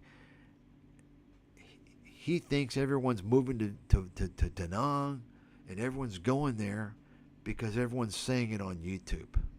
So it's kind of a self-fulfilling prophecy, right? It's fucking bullshit. Seems to have everything. It's one of the world's most affordable places in terms of the value you get for your money. Direct beach access, fast Wi-Fi, amazing food, modern amenities, international airport, and you hear all that? It sounds like a paradise. I mean, nothing bad. Amazing this, wow. No. Let's hear this again. This guy's such a fucking con artist. I've just arrived in Da Nang, Vietnam, and this is the city that everyone seems to be traveling to right now, or even moving to. It seems to have everything. It's one of the world's most affordable places in terms of the value you get for your money. Direct beach. One of the world's most affordable places in terms of the value you get for your money. Says who? He just arrived and he's saying things based upon what? He doesn't know what he's talking about. Access, fast Wi-Fi, amazing food, modern amenities, international airport, and it's a very safe country. Everyone I've spoken to who's Let me just mention, by the way, these guys talking about, once again, retiring in these countries. Safe in terms of crime. Vietnam, yes. Thailand, not really. You're not going to hear people, the Thai vloggers, they're going to tell you Thailand is safe. Not really. There's a lot of issues that these idiots don't talk about it. Take a look at the gun-related homicide rate in Thailand, by the way. Okay. It's not now, Vietnam is different. They've banned guns. Vietnam is a gun ban. So the crime in Vietnam is usually petty theft, right? And but what you have to worry about in these developing countries, especially in Asia, is public safety. Okay? It doesn't matter if you don't have violent crime. They think it's safe because, folks, safety is fucking safety. You've got public safety and you've got crime. You understand? It doesn't matter. You can die just as easily from a safety hazard as you can from a violent crime. And if you don't understand that, then you haven't been to these countries. Because I can tell you right now, I've seen it countless times. It's unfucking believable. Okay? It's unbelievable. So, it's not, I would say, the safety factor, you can't say it's safe. Okay? Just because, just like they don't have the criminal element, the safety hazards are that bad equally. And you don't have those safety hazards in America in the West because you've got strong regulation, strong enforcement. Okay? And no one's ever talked about this. It's fact. Okay? It is fact. Nobody can refute this. Okay? And by the way, let me just mention something. You may want to look this up. The weirdest thing, in fact, let's go I'll take a look at it right now.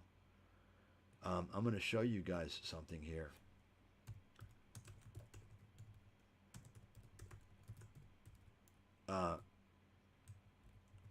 The weirdest thing I have heard in a very long time happened. Apparently, an American traveled to Da Nang, and by the second month, apparently he ran out of money. Ah, son of a bitch. I hate this fucking chat GPT, god damn it. Son of a bitch. Let me pull this up here. Wow. Apparently, he ran out of money and he robbed a jewelry store. The most bizarre, I can't even understand, I can't explain it. And by the way, let me just go ahead and mention the guy's name. If you understand about surnames, you learn this guy's name, you'll know what his background is. Okay? His last name is James. You know about surnames. When the first name is the last name, it's kind of a telltale giveaway here. Here you go.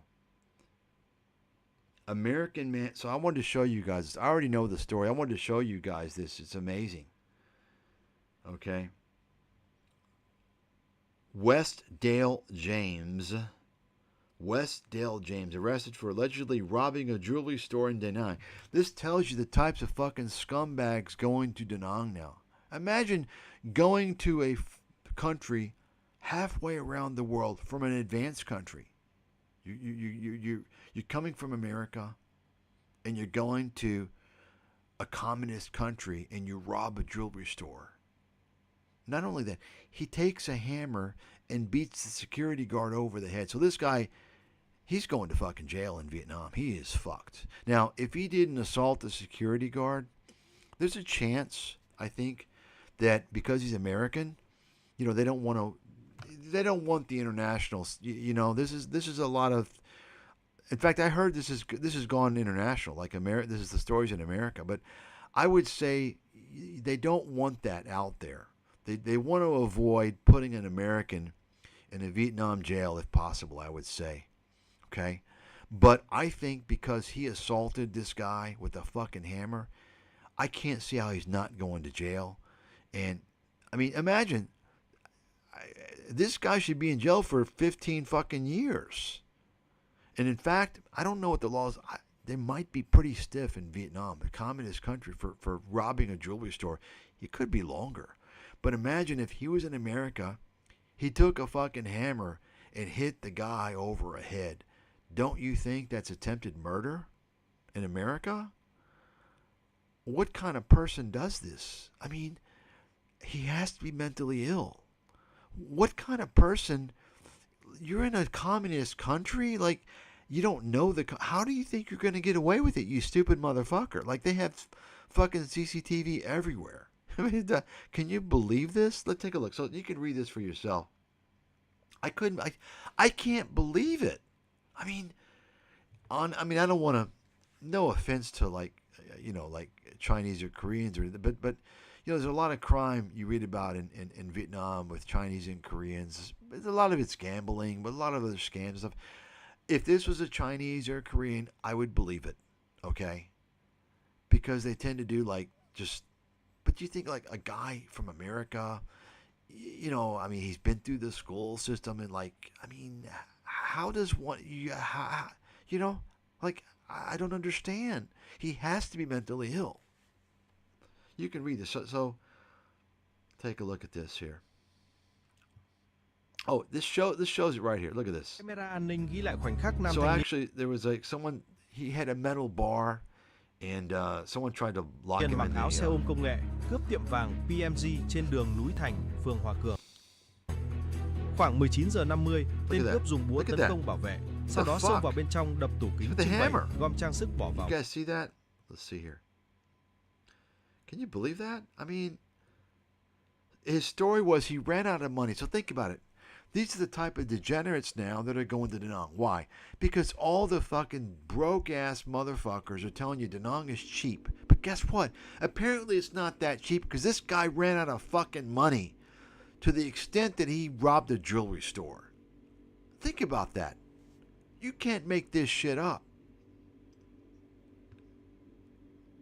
9 giờ 50, Look tên at that. cướp dùng búa tấn công bảo vệ, Are you sau đó kidding xông vào me? bên trong đập tủ kính trưng bày, Wow, gom this is trang sức fucking bỏ vào ba lô. I'm Bên ngoài, hai embarrassed thanh to be niên an nhanh trí American. dùng thanh sắt chốt xuyên qua tên So nắm they cửa try and kính lock để him nhốt in. You lại. see that? Nhưng tên cướp hùng hổ đe dọa, đẩy mạnh và chạy bộ ra đường tẩu thoát. Công an Đà Nẵng phong tỏa hiện trường, He thu thinks thập he's chứng gonna cứ get và away, truy tìm okay? nghi phạm. They got fucking cameras all over the country, man. They followed his ass on camera back to his hotel. Of course. What do you think, man? What are you talking about? Okay. So I guess what he thought was that he could get away with it because you all know the security guards in Asia, like they have security guards everywhere, but they're kind of like usually like old men or like young guys. They just kind of sit there. They don't, a lot of them will. In Thailand, they're always sleeping. I mean, they're just fucking sleeping. They just sit outside. They're just kind of there as a warm body. They're not. But you don't see cops in Vietnam too often. Okay, so he probably thought that, oh, there's no cops around. Okay, they're not going to catch me. They don't know what's going on. I mean, I don't understand. Like, who would go? Think about it. Communist country. I mean, you want to take a chance at doing a crime? You know what can happen to you? I mean, I don't understand. I don't understand. So let's take a look at this. Okay. They got him within a few hours.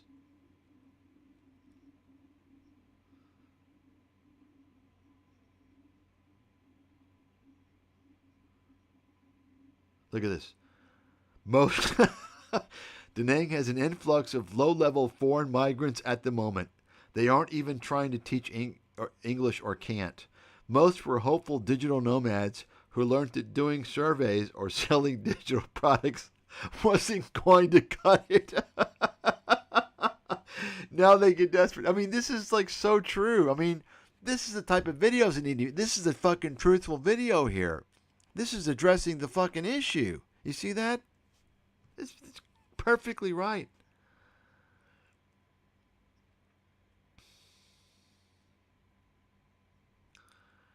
This comment is so great, and it's so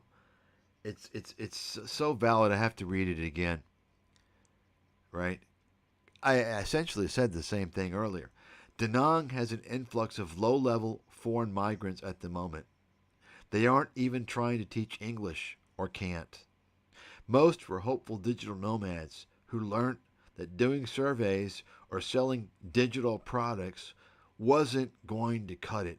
Now they get desperate. I mean, that's it.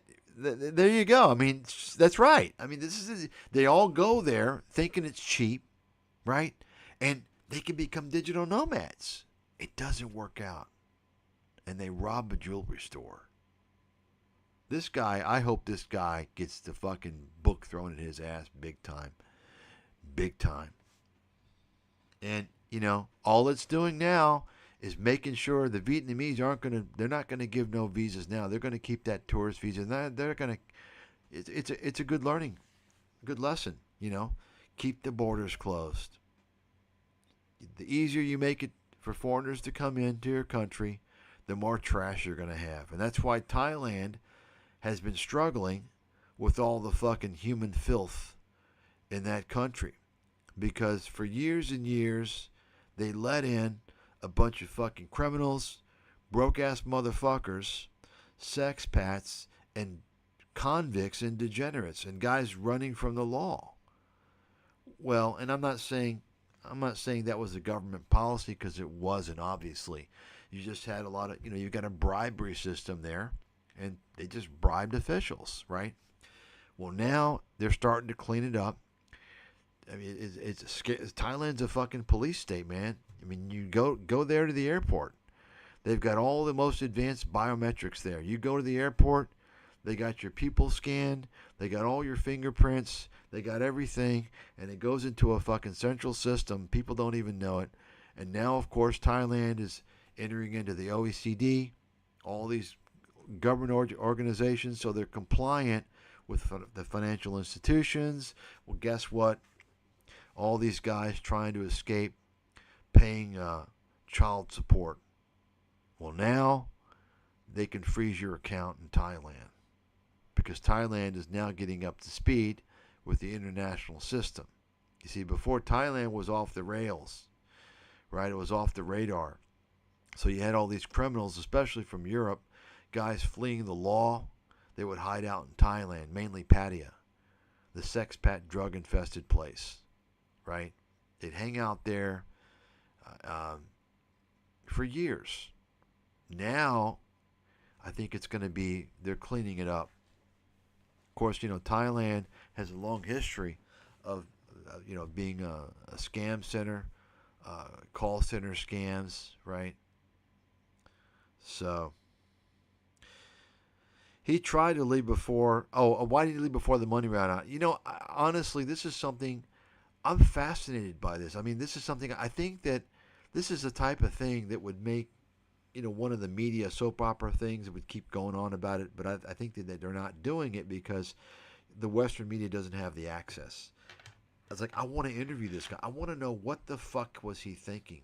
What was going on, right? Because apparently what he said was that he ran out of money. He needed money. But his plane was scheduled to leave like 3 days later. So that doesn't make sense, right? But I think he arrived in June. By August, he'd run out of money, and he robbed a jewelry store. I mean, I still don't even, it doesn't sound believable. You're going across the world, and you're going to rob a jewelry store in a communist country? Like, dude, do you know, like, how they, I mean, Vietnam, still on the books. I think they're trying to change it. Bribery, the punishment for bribery, you know how bribery is. You all know how common bribery is in Asia, right? I mean, it's fucking commonplace. You all know that, right? Bribery is part of the culture of Asia. You all know that, right? I've said this before. Okay? I mean, Thailand, bribery is like fucking the norm. Vietnam is, I think it's not as common just because of the communism.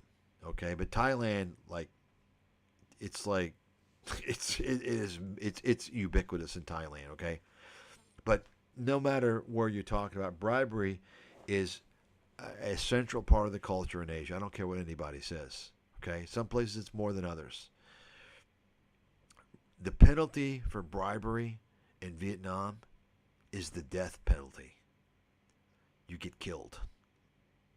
Okay? Think about that.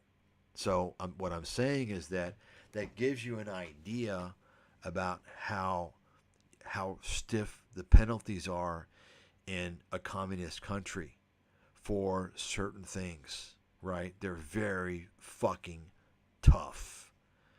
So why would this guy why would he go and rob a fucking jewelry store in a country he doesn't know anything about, except that it's communist, right? He has no support there. He has nothing. Like, that's why I say he has to be mentally ill. He has to be. But this gives you an idea. You know, you're getting a lot of degenerates there now. That's all. And in fact, last time I was there, I'll go ahead and mention, they've got a bar street now where they didn't have before, a little bar area. And I smelt marijuana when I was walking on that street, which I was shocked. Okay? I was shocked. So, yeah. Da Nang is not, it's not Bangkok. It's not Pattaya. You don't fuck around there. That's why I say, you know, it's you know, it's nothing to do there. There's nothing to do. Look at this guy. What a fucking loser. Can you believe that shit? Anyway, let's listen to what this clown has to say here.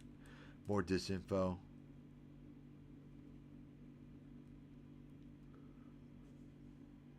Oh, look at this guy's face. My gosh. Already been here, loves Da Nang. So in this video, we're gonna check it out. I'm gonna give you a tour of the city and also myself. I've never been here before, but I'm also gonna look for the negatives as well to see if the city is overrated or... Yeah, sure you are. No. No.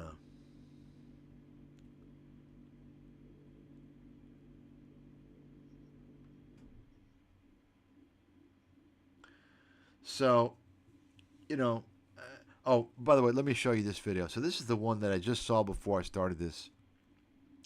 Our friend Paul Lee, take a look. Right? He's got to chime in. This guy, you remember this guy? Right? This is the guy on CNBC Make It. You know, CNBC Make It, the fucking scam portal out of CNBC that's promoting all these digital fucking ding-dongs. Promotes Meet Kevin, Graham Stephan, Kevin O'Leary. Of course, their whole pitch is basically, look, we're showing you how people are hustling and they're making six figures and they're doing nothing. Oh, and they're selling courses now. CNBC Make It, okay? Fucking scam. You all remember this guy I went over, Paul Lee? Of course, I also went over him twice because I showed how he's going to be a speaker at Nomad Capital's stupid fucking conference. But he was smarter than Forrest Lee. Remember Forrest Lee? Because Forrest Lee made a video how he's going to speak at the Nomad. This guy didn't tell anybody, I don't think. Okay. But so listen to what Paul has to say with his bullshit. All right, we just arrived in Da Nang, Vietnam. Now, this is a city that I just absolutely have to keep coming back to. I absolutely love this city. So in this video, you're gonna see why this city is loved by so many people. We just came to the airport. Now, take a look at the airport, actually. It looks very, very modern, very clean. Not a lot of people. So far, so good. All right, we just did the customs declaration, and now we're already outside. By the way, FYI, let me just tell you guys, probably the longest immigration line at the airport in the world is in Vietnam. Not just Saigon, but Da Nang. You're talking about average wait times of 2 to 3 hours. That's been going on for quite a while. It's ridiculous. It's enough to even stay out of the country. But anyway, so this guy's going to tell you how great it is. He loves it there. It's amazing. Why? Because I mean, he's kind of late to the party. There's already 90% of the vloggers have already done the Da Nang thing, so he wants to get in on the action, get the views too, right? It's all great. It's all super. Yeah, okay. Look at that. Why is everyone moving here? They're not moving there, dude. You don't know what you're fucking talking about. You don't know what you're talking about. You got the digital ding-dongs and digital scammers that are doing visa runs, and they go there and stay for a few days or a week. They're not moving there. It's just complete bullshit. This guy doesn't know what he's talking about.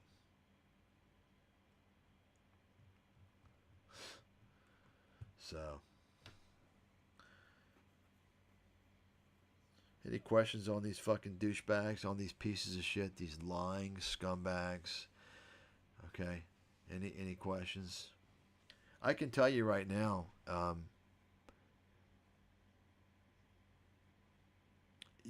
Nang is not.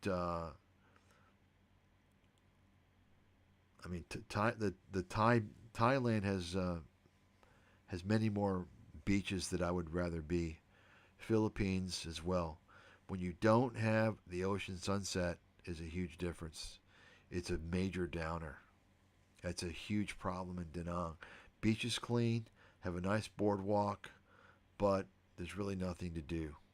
That's the bottom line. There's nothing to do. The one thing I will say is that all the Westerners coming there, because before COVID, it was kind of like Chinese and Korean barbarians.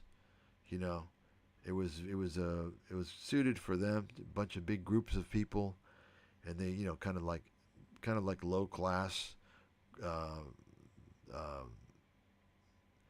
Nobody spoke English, and it was very low standard.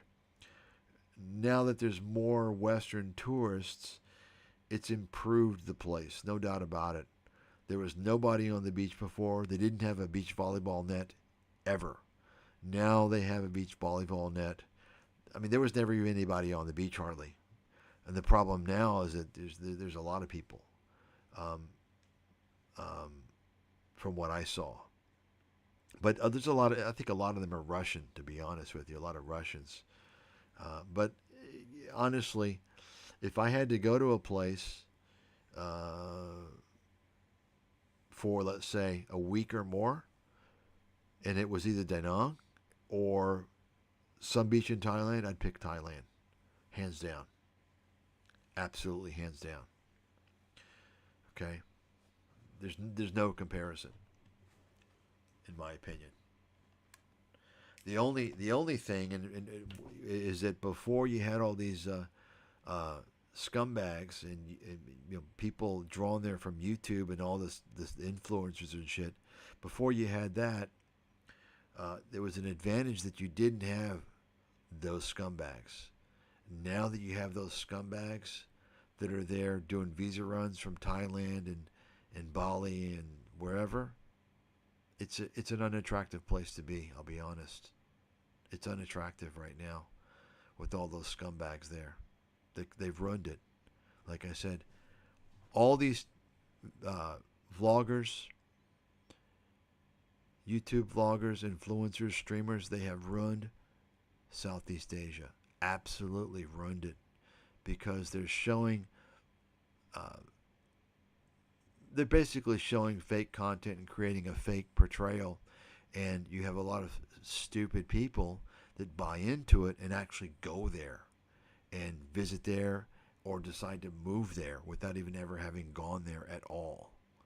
And so that's why I say you're getting people that don't belong there and wouldn't normally be there. You're not getting organic people, organic, in other words, people that are going to go to a place just because they kind of want to go there, not because they're getting a low-grade Hollywood portrayal, which is what YouTube is, a low-grade amateur Hollywood portrayal of these places. They've absolutely ruined the scene. Questions? Any questions? I can't wait until, and I have to believe it's going to happen.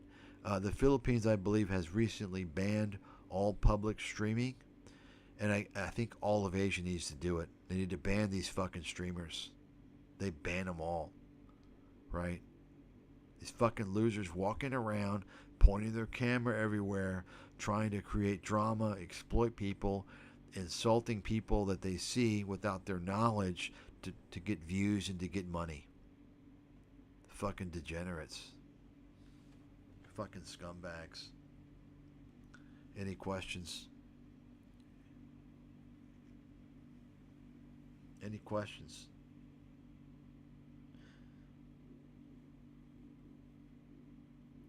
No questions. Okay, that's it. Very long stream again. Got lurkers in here. Idiots. You know. The bitch boys sitting down with a notepad, waiting, hoping I'm going to say something that they can learn about the capital markets so they can use it for their own little grifting YouTube channel to make it seem like they're some type of an expert. That's right, bitches, huh? You little pieces of fucking shit. Get a job. No, you can't get a job, can you? That's why you're fake gurus. You're on YouTube scamming because you're unemployable fucking losers. All right, folks. Have a good day. Have a good night.